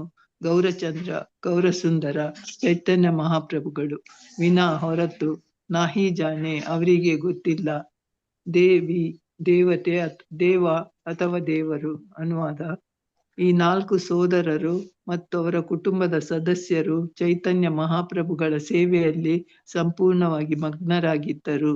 ಅವರಿಗೆ ಬೇರೆ ಯಾವ ದೇವದೇವಿಯರು ತಿಳಿದಿರಲಿಲ್ಲ. ಹರೇ ಕೃಷ್ಣ ಮಾತಾಜಿ. ಉಂಟು ಮಾತಾಜಿ, ಭಾವಾರ್ಥ ಉಂಟು. ಭಾವಾರ್ಥ. ಶ್ರೀಲ ನರೋತ್ತಮದಾಸ ಠಾಕೂರರು ಹೀಗೆ ಹೇಳಿದ್ದಾರೆ: ಅನ್ಯ ದೇವಾಶ್ರಯ ನಾಯಿ ತೋಮಾರೆ ಕಹೀನು ಬಾಯಿ, ಏಯಿ ಭಕ್ತಿ ಪರಮ ಕಾರಣ. ವ್ಯಕ್ತಿಯು ಪರಿಶುದ್ಧನಾದ ಮತ್ತು ನಿಷ್ಠನಾದ ಭಕ್ತನಾಗಬೇಕೆಂದರೆ ಯಾವುದೇ ದೇವತೆ ಅಥವಾ ದೇವಿಯರ ಆಶ್ರಯಕ್ಕೆ ಹೋಗಬಾರದು. ದೇವತೆಗಳನ್ನು ಪೂಜಿಸುವುದು ದೇವೋತ್ತಮ ಪರಮ ಪುರುಷನನ್ನು ಪೂಜಿಸಿದಂತೆ ಎಂದು ಮೂರ್ಖ ಮಾಯಾವಾದಿಗಳು ಹೇಳುತ್ತಾರೆ. ಆದರೆ ಅದು ವಸ್ತುಸ್ಥಿತಿಯಲ್ಲ. ಈ ತತ್ವಜ್ಞಾನವು ಜನರನ್ನು ನಾಸ್ತಿಕತೆಯತ್ತ ಕರೆದೊಯ್ಯುತ್ತದೆ. ದೇವರು ನಿಜವಾಗಿಯೂ ಹೇಗೆ ಇದ್ದಾನೆ ಎಂಬ ಕಲ್ಪನೆ ಇಲ್ಲದ ವ್ಯಕ್ತಿಯು ತಾನು ಊಹಿಸಿಕೊಳ್ಳುವ ಯಾವುದೇ ರೂಪ ಅಥವಾ ತಾನು ಅಂಗೀಕರಿಸುವ ಯಾವುದೇ ಧೂರ್ತ ದೇವರಾಗಬಹುದು ಎಂದು ಭಾವಿಸುತ್ತಾನೆ. ಇಂಥ ಅಗ್ಗದ ದೇವರ ಅಥವಾ ದೇವರ ಅವತಾರಗಳ ಅಂಗೀಕಾರವು ನಿಜವಾಗಿಯೂ ನಾಸ್ತಿಕತೆ. ಆದ್ದರಿಂದ ದೇವತೆಗಳನ್ನು ಆರಾಧಿಸುವವರು ಅಥವಾ ಸ್ವಯಂ ಘೋಷಿತ ದೇವರ ಅವತಾರಗಳನ್ನು ಆರಾಧಿಸುವವರು ಎಲ್ಲ ನಾಸ್ತಿಕರು ಎಂಬ ನಿರ್ಣಯಕ್ಕೆ ಬರಬೇಕು. ಭಗವದ್ಗೀತೆಯಲ್ಲಿ 7.20 ದೃಢಪಡಿಸಿದಂತೆ ಅವರು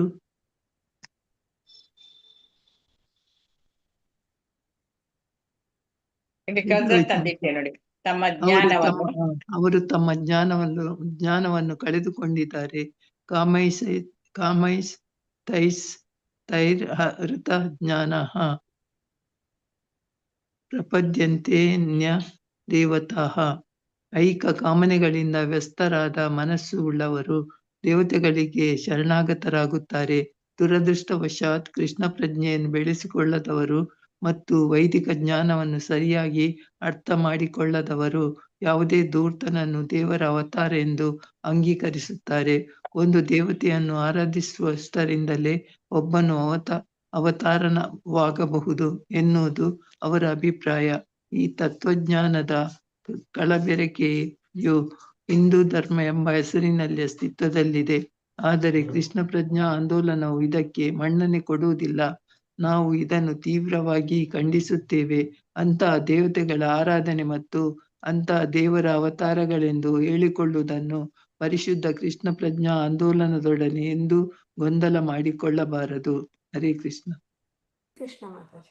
ಅಂದ್ರೆ ಈ ಶ್ಲೋಕದಲ್ಲಿ ಹೇಳ್ತಾ ಇದ್ರೆ 4 ಸಹೋದರರು ಶ್ರೀವಾಸ, ಶ್ರೀರಾಮ, ಶ್ರೀಪತಿ, ಶ್ರೀನಿಧಿ, ಈ 4 ಮಾತ್ರ ಅಲ್ಲದೆ ಅವರ ಸಂಪೂರ್ಣ ಕುಟುಂಬವು ಚೈತನ್ಯ ಮಹಾಪ್ರಭುಗಳ ಸೇವೆಯಲ್ಲಿ ಅವರನ್ನು ತೊಡಗಿಸ್ಕೊಂಡಿದ್ರು.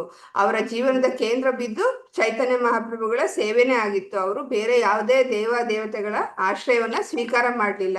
ಅವರ ಭಕ್ತಿ ಅನ್ನೋದು ದೃಢವಾಗಿರೋ ಏಕ ಭಕ್ತಿ ಆಗಿತ್ತು. ಬರೀ ಚೈತನ್ಯ ಮಹಾಪ್ರಭುಗಳ ಕಡೆಗೆ ಭಕ್ತಿ ತೋರಿಸ್ತಾ ಇದ್ದು ಅವರ ಆದರ್ಶವನ್ನು ತೋರಿಸುತ್ತೆ. ಅಂದ್ರೆ ಕೇವಲ ಕೃಷ್ಣನನ್ನ ಮಾತ್ರ ಅವರು ಆರಾಧನೆಯನ್ನ ಮಾಡ್ತಾ ಇದ್ರು. ಆದ್ರಿಂದ ಭಕ್ತಿಯಲ್ಲಿ ನಾವು ಮನಸ್ಸನ್ನ ಬೇರೆ ಬೇರೆ ಆಶ್ರಯಗಳ ಕಡೆಗೆ ಚೆದರಿಸಬಾರ್ದು. ಅಂದ್ರೆ ಕೃಷ್ಣನಲ್ಲಿ ಏಕನಿಷ್ಠರಾಗಿರೋದು ಬಹಳ ಮುಖ್ಯ ಅಂತ ಈ ಶ್ಲೋಕದಲ್ಲಿ ಹೇಳ್ತಾ ಇದ್ದಾರೆ. ಮತ್ತೆ ಭಾವಾರ್ಥದಲ್ಲಿ ಹೇಳ್ತಾ ಇದ್ದಾರೆ, ಅಂದ್ರೆ ಭೌತಿಕ ಆಸೆಗಳಿಂದ ಯಾರ್ಯಾರ ಜ್ಞಾನ ಆವೃತ ಆಗಿರುತ್ತೆ ಅವ್ರೇನ್ ಮಾಡ್ತಾರೆ, ಬೇರೆ ಬೇರೆ ದೇವತೆಗಳ ಆಶ್ರಯವನ್ನ ಪಡಿತಾರಂತೆ. ಆದ್ರೆ ಅದು ತಪ್ಪು. ಅವರೆಲ್ಲ ಏನು ಮಾಯಾವಾದಿಗಳು ಅಂತ ಇಲ್ಲಿ ಹೇಳ್ತಾ ಇದ್ದಾರೆ. ಮೂರ್ಖ ಮಾಯಾವಾದಿಗಳು. ಅವರಿಗೆ ವಸ್ತುಸ್ಥಿತಿ ಅನ್ನೋದು ಸರಿಯಾಗಿ ಗೊತ್ತಿರಲ್ಲ. ಈ ತತ್ವಜ್ಞಾನ ಅವ್ರು ಏನ್ ಮಾಡ್ತಾರೆ, ಬೇರೆ ಬೇರೆ ದೇವತೆಗಳನ್ನ ಆರಾಧನೆ ಮಾಡ್ತಾ ಜನರನ್ನ ನಾಸ್ತಿಕತೆ ಕಡೆ ಕರ್ಕೊಂಡು ಹೋಗ್ತಾ ಇದ್ದಾರೆ. ಮತ್ತೆ ಅವರ ದಾರಿಯನ್ನ ತಪ್ಪಿಸ್ತಾ ಇದ್ದಾರೆ. ಅದು ಬರೀ ಬೇರೆ ಕಡೆ ಅಲ್ಲ, ಈ ಕೃಷ್ಣ ಪ್ರಜ್ಞಾ ಆಂದೋಲನದಲ್ಲೂ ಸಹ ಕೆಲವರು ಆತರ ಹೇಳಬಹುದು. ಬೆಳೆಸಿಕೊಳ್ಳೋದವರು ಅಂದ್ರೆ ಈ ತತ್ವಜ್ಞಾನವನ್ನ ಕಲಬೆರಿಕೆ ಮಾಡ್ಬಿಟ್ಟು ಅದನ್ನ ಹಿಂದೂ ಧರ್ಮ ಅನ್ನೋ ಹೆಸರಿನಲ್ಲಿ ಅವರು ಬೇರೆ ಬೇರೆ ಕಡೆ ದೇವರು ಅಥವಾ ತಾನೇ ದೇವರು ಅಂತ ಆರಾಧನೆ ಮಾಡಬಹುದು. ಆದ್ರೆ ಕೃಷ್ಣ ಪ್ರಜ್ಞಾ ಆಂದೋಲನ ಅನ್ನೋದು ಇದಕ್ಕೆ ಮನ್ನಣೆ ಕೊಡೋದಿಲ್ಲ. ಆ ವಿಷಯವನ್ನ ಅವರು ಕಟ್ಟುನಿಟ್ಟಾಗಿ ಹೇಳ್ತಾ ಇದ್ದಾರೆ. ಇಲ್ಲಿ ಬರೀ ನಾವು ಕೃಷ್ಣನಿಗೆ ಆರಾಧನೆ, ಏಕಭಕ್ತಿ ಆರಾಧನೆ ಮಾಡೋದನ್ನ ಮಾತ್ರ ನಾವು ಹೇಳ್ಕೊಡ್ತಾ ಇದೀವಿ ಹೊರತು ಬೇರೆ ದೇವತೆಗಳ ಆರಾಧನೆ ಬಗ್ಗೆ ನಾವು ಹೇಳ್ಕೊಡೋರನ್ನ ನಮ್ಮ ಶಾಖೆ ಅಂತ ಹೇಳ್ಬಾರ್ದು. ಪರಿಶುದ್ಧ ಕೃಷ್ಣ ಪ್ರಜ್ಞಾ ಆಂದೋಲನದಲ್ಲಿರೋರು ಆ ತರ ಬೇರೆಯವರು ಆತರ ಎಲ್ಲ ಹೇಳ್ತಾ ಇದ್ದಾರೆ ಅನ್ನೋ ಗೊಂದಲಕ್ಕೆ ನೀವು ಈಡಾಗ್ಬೇಡಿ. ನಾವು ಹೇಳ್ತಾ ಇರೋದು ಬರೀ ಏಕನಿಷ್ಠ ಕೃಷ್ಣ ಆರಾಧನೆ ಮಾತ್ರ ಅಂತ ಈ ಶ್ಲೋಕದಲ್ಲಿ ಹೇಳ್ತಾ ಇದ್ದಾರೆ. ಅಂದ್ರೆ ಇಲ್ಲಿ 10ನೇ ಶ್ಲೋಕದಲ್ಲಿ ಪಂಡಿತರ ಮನೆಯಲ್ಲಿ ಮಹಾಪ್ರಭುಗಳು ಪ್ರತಿದಿನ ಸಂಕೀರ್ತನೆ ಮಾಡ್ತಾ ಇದ್ರು ಅಂತ ಹೇಳಿದ್ರು.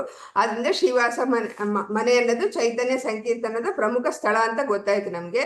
ಅಲ್ಲಿ ಶ್ರೀವಾಸ ಪಂಡಿತರು ಕೇವಲ ವೈಯಕ್ತಿಕ, ಅಲ್ಲಿ ಶ್ರೀರಾಮ, ಶ್ರೀಪತಿ 4 ಸಹೋದರರು ಮತ್ತೆ ಇಡೀ ಕುಟುಂಬ ಮಹಾಪ್ರಭುಗಳ ಸೇವೆಯಲ್ಲಿ ಕೆಲಸ ಮಾಡ್ತಾ ಇದ್ರು. ಬರೀ ಬೇರೆ ಬೇರೆ ಯಾವುದೇ ದೇವತೆಗಳ ಸೇವೆ ಮಾಡ್ತಾ ಇರಲಿಲ್ಲ, ಬರೀ ಚೈತನ್ಯ ಮಹಾಪ್ರಭುಗಳ ಸೇವೆಯನ್ನ ಮಾಡ್ತಾ ಇದ್ರು.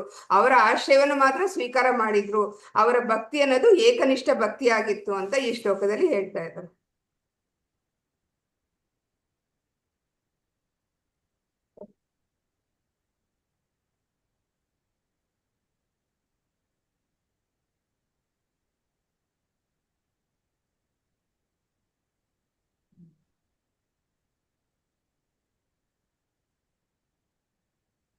ಹನ್ನೆರಡನೇ ಶ್ಲೋಕ. ಆಚಾರ್ಯ ರತ್ನ ನಾಮಧರೆ ಬಡ ಏಕ ಶಾಖ ತಾಂಕಾರ ಪರಿಕರ ತಾಂಕಾರ ಶಾಖ ಉಪಶಾಖ. ಹರೇ ಕೃಷ್ಣ. ಕಾಮಾಕ್ಷಿ ಮಾತಾಜಿ ಓದ್ತೀರಾ? ಅವ್ರು ಓದದಿದ್ರೆ ಆರತಿ ಮಾತಾಜಿ ಓದಿ. ಹರೇ ಕೃಷ್ಣ. ಆರತಿ ಮಾತಾಜಿ.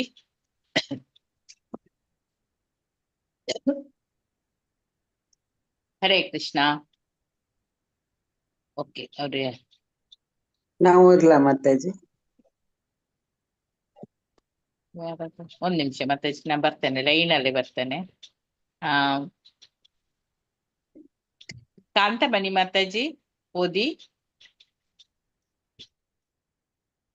ಹರೇ ಕೃಷ್ಣ. ಕಾಂತಮಣಿ ಮಾತಾಜಿ. ಲಕ್ಷ್ಮೀ ಬೀವಿ ಮಾತಾಜಿ ಹರೇ ಕೃಷ್ಣ ಮಾತಾಜಿ. ಓದಿ. ಶ್ಲೋಕ 12. ಆಚಾರ್ಯ ರತ್ನ ನಾಮಧರೆ ಬಡ ಏಕ ಶಾಖ ತಾಂಗ್ರ ಪರಿಕರ ತಾಂಗ್ರ ಶಾಖ ಉಪಶಾಖ. ಆಚಾರ್ಯ ರತ್ನ ನಾಮ ಹೆಸರು, ಧರೆ ಅವರು ಅಂಗೀಕರಿಸುತ್ತಾರೆ. ಬಡ ದೊಡ್ಡ, ಏಕ ಒಂದು, ಶಾಖ ಶಾಖೆ, ತಾಂಗ್ರ ಅವರ, ಪರಿಕರ ಒಡನಾಡಿಗಳು, ತಾಂಗ್ರ ಅವರ, ಶಾಖ ಶಾಖೆ, ಉಪಶಾಖ ಉಪಶಾಖೆಗಳು. ಅನುವಾದ: ಇನ್ನೊಂದು ದೊಡ್ಡ ಶಾಖೆಯು ಆಚಾರ್ಯ ರತ್ನ ಅವರ ಒಡನಾಡಿಗಳು ಉಪಶಾಖೆಗಳು. ಅವರ ಒಡನಾಡಿಗಳು ಉಪಶಾಖೆಗಳು. ಹರೇ ಕೃಷ್ಣ ಮಾತಾಜಿ, ಧನ್ಯವಾದಗಳು. ಹರೇ ಕೃಷ್ಣ. ಅಂದ್ರೆ ಈ ಶ್ಲೋಕದಲ್ಲಿ ಆ ವೃಕ್ಷದ ಇನ್ನೊಂದು ಶಾಖೆಯನ್ನ ಹೇಳ್ತಾ ಇದ್ದಾರೆ. ಇಲ್ಲಿ ಆಚಾರ್ಯ ರತ್ನರು ಅನ್ನೋರು ಚೈತನ್ಯ ವೃಕ್ಷದ ಇನ್ನೊಂದು ದೊಡ್ಡ ಶಾಖೆ ಅಂತೆ. ಆ ಶಾಖೆ ಜೊತೆಗೆ ಯಾರಿದ್ರು ಅವರೊಂದಿಗಿರೋ ಭಕ್ತರು, ಅವರ ಪರಿಕರರು ಎಲ್ಲ ಸೇರಿಸಿ ಆ ಶಾಖೆ ಉಪಶಾಖೆಗಳಾಗಿತ್ತು ಅಂತ ಇಲ್ಲಿ ಹೇಳ್ತಾ ಇದ್ದಾರೆ. ಅಂದ್ರೆ ಅದರಿಂದ ಚೈತನ್ಯ ಮಹಾಪ್ರಭುಗಳ ಭಕ್ತರ ಸಂಖ್ಯೆ ದಿನೇ ದಿನೇ ಶಾಖೆ ಮತ್ತೆ ಉಪಶಾಖೆಗಳಾಗಿ ವಿಸ್ತಾರ ಆಗ್ತಾ ಇತ್ತು. ನಾವು ಹಿಂದಿನ ಶ್ಲೋಕದಲ್ಲಿ ಶ್ರೀವಾಸ ಪಂಡಿತ ಅವರ ಕುಟುಂಬದ ಶಾಖೆಗಳ ಬಗ್ಗೆ ತಿಳ್ಕೊಂಡ್ವಿ. ಈ ಲೇಖಕರು ಇಲ್ಲಿ ಆಚಾರ್ಯ ರತ್ನರ ಶಾಖೆಯನ್ನ ಇಲ್ಲಿ ಪರಿಚಯ ಮಾಡ್ಕೊಡ್ತಾ ಇದ್ದಾರೆ. ಅಂದ್ರೆ ಇಲ್ಲಿ ಒಂದು ಶ್ರೀವಾಸ ಕುಟುಂಬದ ಶಾಖೆ ಒಂದು, ಎರಡನೇದು ಆಚಾರ್ಯ ರತ್ನರ ಶಾಖೆ ಇನ್ನೊಂದು ದೊಡ್ಡ ಶಾಖೆ, ಮತ್ತೆ ಅವರ ಪರಿಕರ ಅವ್ರದೆಲ್ಲ ಉಪಶಾಖೆಗಳಾಗಿತ್ತು ಅಂತ ಇಲ್ಲಿ ಹೇಳ್ತಾರೆ. ಶ್ಲೋಕ ಸಂಖ್ಯೆ 13. ಆಚಾರ್ಯ ರತ್ನೇರ ನಾಮ ಶ್ರೀ ಚಂದ್ರಶೇಖರ ಯಾಂಕಾರ ಗರೆ ದೇವಿ ಭಾವೇನ ಚೀಲ ಈಶ್ವರ. ಲಕ್ಷ್ಮೀ PM ಮಾತಾಜಿ. ಹರೇ ಕೃಷ್ಣ ಮಾತಾಜಿ ಓದ್ತೀನಿ. ಶ್ಲೋಕ 13. ಆಚಾರ್ಯ ರತ್ನೇರ ನಾಮ ಶ್ರೀ ಚಂದ್ರ ಶೇಖರ ಯಾಜರ ಹರೇ ದೇವಿ ಭಾವೆ ನಾಚಿಲ ಈಶ್ವರ. ಆಚಾರ್ಯ ರತ್ನರ ನಾಮ ಹೆಸರು ಶ್ರೀ ಚಂದ್ರಶೇಖರ ಯಾಜರ ಅವರ ಗರೆ ಮನೆಯಲ್ಲಿ ದೇವಿ ಭಾವದಲ್ಲಿ ನಾಚಿಲ ನರ್ತಿಸಿದರು. ಈಶ್ವರ ಶ್ರೀ ಚೈತನ್ಯ ಮಹಾಪ್ರಭುಗಳು. ಅನುವಾದ ಸ್ವಲ್ಪ ಮೇಲೆ ಮಾಡಿ ಮಾತಾಡಿ. ಅನುವಾದ. ಆಚಾರ್ಯ ರತ್ನರಿಗೆ ಶ್ರೀ ಚಂದ್ರಶೇಖರ ಆಚಾರ್ಯ ಎಂಬ ಹೆಸರೂ ಇತ್ತು.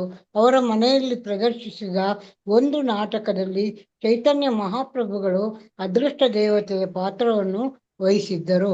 ಭಾವಾರ್ಥ ಓದ್ಲಿಯ ಮಾತಾಜಿ? ಓದಿ. ಭಾವಾರ್ಥ.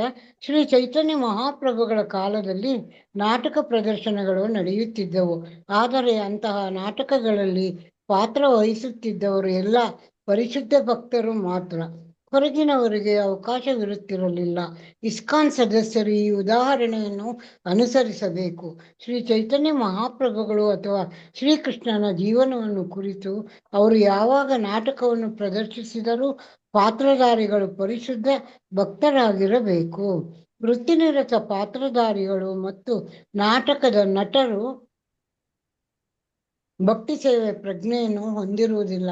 ಆದ್ದರಿಂದ ಅವರು ಬಹಳ ಕಲಾತ್ಮಕವಾಗಿ ಅಭಿನಯಿಸಿದರೂ ಅಂತಹ ಪ್ರದರ್ಶನದಲ್ಲಿ ಜೀವಾಳವಿರುವುದಿಲ್ಲ.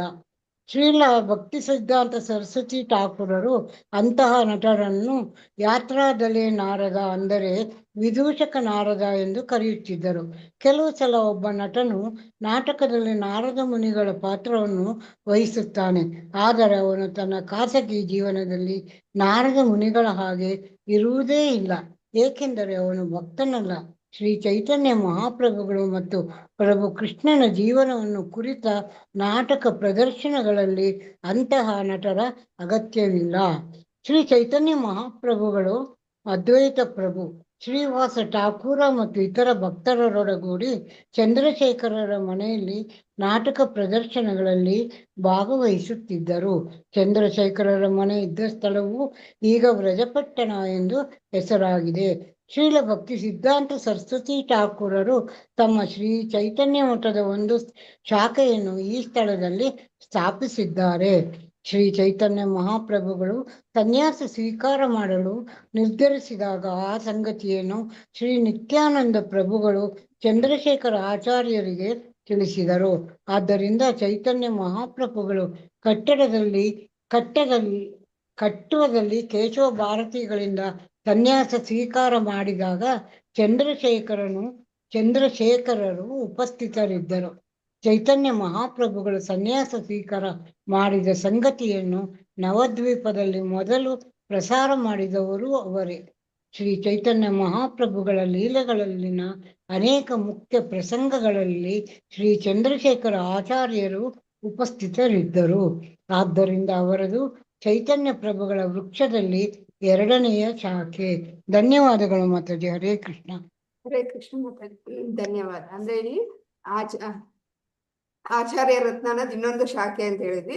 ಆಚಾರ್ಯ ರತ್ನರ ಹೆಸರು ಏನಪ್ಪಾ ಅಂದ್ರೆ ಶ್ರೀ ಚಂದ್ರಶೇಖರ ಆಚಾರ್ಯರು ಅಂತ ಇಲ್ಲಿ ಹೇಳ್ತಾ ಇದ್ದಾರೆ. ಆ ಶ್ರೀ ಚಂದ್ರಶೇಖರ ಆಚಾರ್ಯರ ಮನೆಯಲ್ಲಿ ಅವರು ನಾಟಕ ಪ್ರದರ್ಶನ ಮಾಡ್ತಾ ಇದ್ರಂತೆ. ಆ ನಾಟಕದಲ್ಲಿ ಚೈತನ್ಯ ಮಹಾಪ್ರಭುಗಳು ದೇವಿಯ ಭಾವದಲ್ಲಿ ನೃತ್ಯ ಮಾಡಿದ್ರಂತೆ. ಹೀಗಾಗಿ ಆ ಚಂದ್ರಶೇಖರ ಆಚಾರ್ಯರ ಮನೆ ಮಹಾಪ್ರಭುಗಳ ಲೀಲೆಗಳಲ್ಲಿ ಒಂದು ಪ್ರಮುಖ ಸ್ಥಳ ಆಗಿದೆ ಅಂತ ಇಲ್ಲಿ ಹೇಳ್ತಾ ಇದ್ದಾರೆ. ಅಂದ್ರೆ ಈ ಶ್ಲೋಕದಲ್ಲಿ ಆಚಾರ್ಯ ರತ್ನ ಚಂದ್ರಶೇಖರ ಆಚಾರ್ಯರು. ಆಚಾರ್ಯ ರತ್ನ ಯಾರು ಅಂದ್ರೆ ಚಂದ್ರಶೇಖರ ಆಚಾರ್ಯರು. ಅವರ ಮನೆಯಲ್ಲಿ ಮಹಾಪ್ರಭುಗಳ ನಾಟಕದ ಲೀಲೆ ನಡೆಯಿತು ಅಂತ ಇಲ್ಲಿ ಹೇಳ್ತಾ ಇದ್ದಾರೆ. ಭಾವಾರ್ಥದಲ್ಲಿ ಹೇಳ್ತಾ ಇದ್ದಾರೆ, ಅವರು ಚೈತನ್ಯ ಮಹಾಪ್ರಭುಗಳ ಕಾಲದಲ್ಲೂ ಸಹ ನಾಟಕ ಪ್ರದರ್ಶನ ಅನ್ನೋದು ಇರ್ತಾ ಇತ್ತು. ಆ ನಾಟಕದಲ್ಲಿ ಯಾರು ಭಾಗವಹಿಸ್ತಾ ಇದ್ರು, ಯಾರ್ಯಾರು ಭಾಗವಹಿಸುವಂತ ಎಲ್ಲರೂ ಭಾಗವಹಿಸಬಹುದಾಗಿರ್ಲಿಲ್ಲ. ಯಾರು ಶುದ್ಧ ಭಕ್ತರಾಗಿರ್ತಾರೋ ಅವರಿಗೆ ಮಾತ್ರ ಆ ನಾಟಕದಲ್ಲಿ ಭಾಗವಹಿಸುವಂತ ಅವಕಾಶ ಇರ್ತಾ ಇತ್ತು. ಏನಕ್ಕೆ ಅಂದ್ರೆ ಭಗವಂತನ ಲೀಲೆ ಪ್ರದರ್ಶನ ಮಾಡಕ್ಕೆ ನಾವು ಕೇವಲ ನಮ್ಗೆ ಕಲೆ ಗೊತ್ತಿದೆ, ನಾಟಕ ಆಡೋದ್ ಬರುತ್ತೆ ಅನ್ನೋರಿಗೆ ಅವ್ರು ಅವಕಾಶ ಕೊಡ್ತಾ ಇರ್ಲಿಲ್ಲ. ಯಾರು ಭಕ್ತರಾಗಿರ್ತಾರೋ ಅವರಿಗೆ ಮಾತ್ರ ಅವಕಾಶ ಕೊಡ್ತಾ ಇದ್ರಿ. ಯಾಕೆ ಅಂದ್ರೆ ನಾಟಕ ಅನ್ನೋದಲ್ಲಿ ಬರೀ ಕಲಾತ್ಮಕ ಪ್ರದರ್ಶನ ಆಗಿರ್ಲಿಲ್ಲ, ಅದೊಂದು ಭಕ್ತಿ ಸೇವೆ ಆಗಿತ್ತು. ಆ ಭಕ್ತಿ ಸೇವೆ ಅನ್ನೋದು ಅಭಿನಯ ಮಾಡಕ್ ಯಾರಿಗ್ ಸಾಧ್ಯ ಆಗುತ್ತೆ, ಯಾರು ಭಕ್ತಿಯಲ್ಲಿ ಇರ್ತಾರೋ ಅವರಿಗೆ ಮಾತ್ರ ಸಾಧ್ಯ ಆಗುತ್ತೆ ಅಂತ ಅವರಿಗೆ ಮಾತ್ರ ಇಲ್ಲಿ ಅವಕಾಶವನ್ನ ಕೊಡ್ತಾ ಇದ್ರು. ವೃತ್ತಿಪರರು ಎಷ್ಟೇ ಚೆನ್ನಾಗಿ ಅಭಿನಯ ಮಾಡ್ಬೋದು, ಆದ್ರೆ ಅದರಲ್ಲಿ ಭಕ್ತಿ ಅನ್ನೋ ಜೀವಂತಿಕೆ ಅನ್ನೋದು ಇರೋದಿಲ್ವಂತೆ. ಆದ್ರಿಂದ ಚೈತನ್ಯ ಮಹಾಪ್ರಭುಗಳು ಏನ್ ಮಾಡ್ತಾ ಇದ್ರು, ಕೃಷ್ಣ ಲೀಲೆಗಳನ್ನ ಪ್ರದರ್ಶನ ಮಾಡುವಾಗ ಭಕ್ತಿ ಭಾವ ಮುಖ್ಯ ಅನ್ನೋದನ್ನ ತೋರಿಸ್ಕೊಳಕ್ಕೋಸ್ಕರ ಅವರು ಭಕ್ತರಿಗೆ ಮಾತ್ರ ಅದರಲ್ಲಿ ಭಾಗವಹಿಸುವಂತ ಅವಕಾಶವನ್ನು ಕೊಡ್ತಾ ಇದ್ರು. ಆ ನಾಟಕದಲ್ಲಿ ಯಾರು ಅದ್ವೈತ ಪ್ರಭು, ಶ್ರೀವಾಸ ಠಾಕೂರ್ ಈ ತರ ಭಕ್ತರೊಂದಿಗೆ ಚಂದ್ರಶೇಖರ ಆಚಾರ್ಯರ ಮನೆಯಲ್ಲಿ ಈ ನಾಟಕದಲ್ಲಿ ಅವರು ಭಾಗವಹಿಸ್ತಾ ಇದ್ರು. ಆ ಚಂದ್ರಶೇಖರ ಆಚಾರ್ಯರ ಆ ಮನೆನ ಈಗ ಏನಂತಾರೆ ನಂತರ ವ್ರಜಪಟ್ಟಣ ಅಂತ ಕರೀತಾರಂತೆ. ಮತ್ತೆ ಭಕ್ತಿ ಸಿದ್ಧಾಂತ ಸರಸ್ವತಿ ಠಾಕೂರರು ಆ ಸ್ಥಳದಲ್ಲಿ ಚೈತನ್ಯ ಮಠವನ್ನ ಸ್ಥಾಪನೆ ಮಾಡಿದ್ದಾರೆ. ಅಲ್ಲಿ ಆ ಮಹಾಪ್ರಭು ಸನ್ಯಾಸ ಸ್ವೀಕಾರ ಮಾಡುವಾಗ ನಿತ್ಯಾನಂದ ಪ್ರಭುಗಳ ಜೊತೆ ಚಂದ್ರಶೇಖರ ಆಚಾರ್ಯರಿಗೆ ಈ ವಿಷಯ ಮೊದಲು ಗೊತ್ತಾಯ್ತಂತೆ. ಅಲ್ಲಿ ಏನು ಕಟ್ಟಾದಲ್ಲಿ ಕೇಶವ ಭಾರತಿಯಿಂದ ಸನ್ಯಾಸ ಸ್ವೀಕಾರ ಮಾಡ್ತಾರೆ ಚೈತನ್ಯ ಮಹಾಪ್ರಭುಗಳು ಅಂತ. ಅವಾಗ ಅವರು ಆ ಸುದ್ದಿಯನ್ನ ನವದ್ವೀಪದಲ್ಲಿ ಮೊದಲು ಪ್ರಚಾರ ಮಾಡಿದ್ದು ಚಂದ್ರಶೇಖರ ಆಚಾರ್ಯರು ಅಂತ ಇಲ್ಲಿ ಹೇಳ್ತಾ ಇದ್ದಾರೆ. ಅವರು ಮುಂದೆ ಮಹಾಪ್ರಭುಗಳು ಚೈತನ್ಯ ಮಹಾಪ್ರಭುಗಳು ಯಾವ್ಯಾವ ಲೀಲೆ ಪ್ರದರ್ಶನ ಮಾಡಿದ್ರು ಆ ಲೀಲೆಗಳಿಗೆಲ್ಲ ಅವರು ಸಾಕ್ಷಿಯಾಗಿದ್ರು. ಆದ್ರಿಂದ ಇಲ್ಲಿ ಚಂದ್ರಶೇಖರ ಆಚಾರ್ಯರನ್ನ ಚೈತನ್ಯ ವೃಕ್ಷದ 2ನೇ ಪ್ರಮುಖ ಶಾಖೆ ಅಂತ ಇಲ್ಲಿ ಪರಿಗಣಿಸ್ತಾ ಇದ್ದಾರೆ.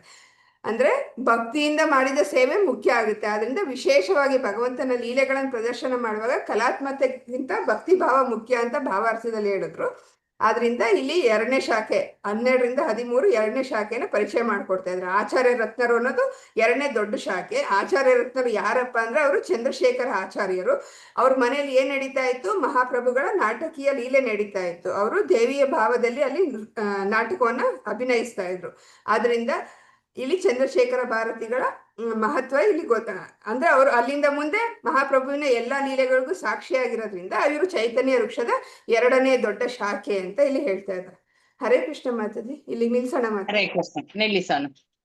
ವಾಂಛಾ ಕಲ್ಪತರುಭ್ಯಶ್ಚ ಕೃಪಾ ಸಿಂಧುಭ್ಯ ಏವ ಚ ಪತಿತಾನಾಂ ಪಾವನೇಭ್ಯೋ ವೈಷ್ಣವೇಭ್ಯೋ ನಮೋ ನಮಃ. ಹರೇ ಕೃಷ್ಣ ಮಾತಾಜಿ. ಹರೇ ಕೃಷ್ಣ. ಎಲ್ಲರೂ ಅಟೆಂಡೆನ್ಸ್ ಹಾಕಿದ್ದೀರಲ್ಲ? ಧನ್ಯವಾದಗಳು ಮಾತಾಜಿ. ಧನ್ಯವಾದಗಳು. ಎಲ್ಲರೂ ಅಟೆಂಡೆನ್ಸ್ ಹಾಕಿದ್ದೀರಲ್ಲ? ಹರೇ ಕೃಷ್ಣ ಮಾತಾಜಿ. ಧನ್ಯವಾದ. ಒಂದು ನಿಮಿಷ ಹಾಕ್ತೀನಿ. ಮಾತಾಜಿ ನಾನು ಹಾಕಿಲ್ಲ, ಹಾಕ್ತಾ ಇದ್ದೀನಿ.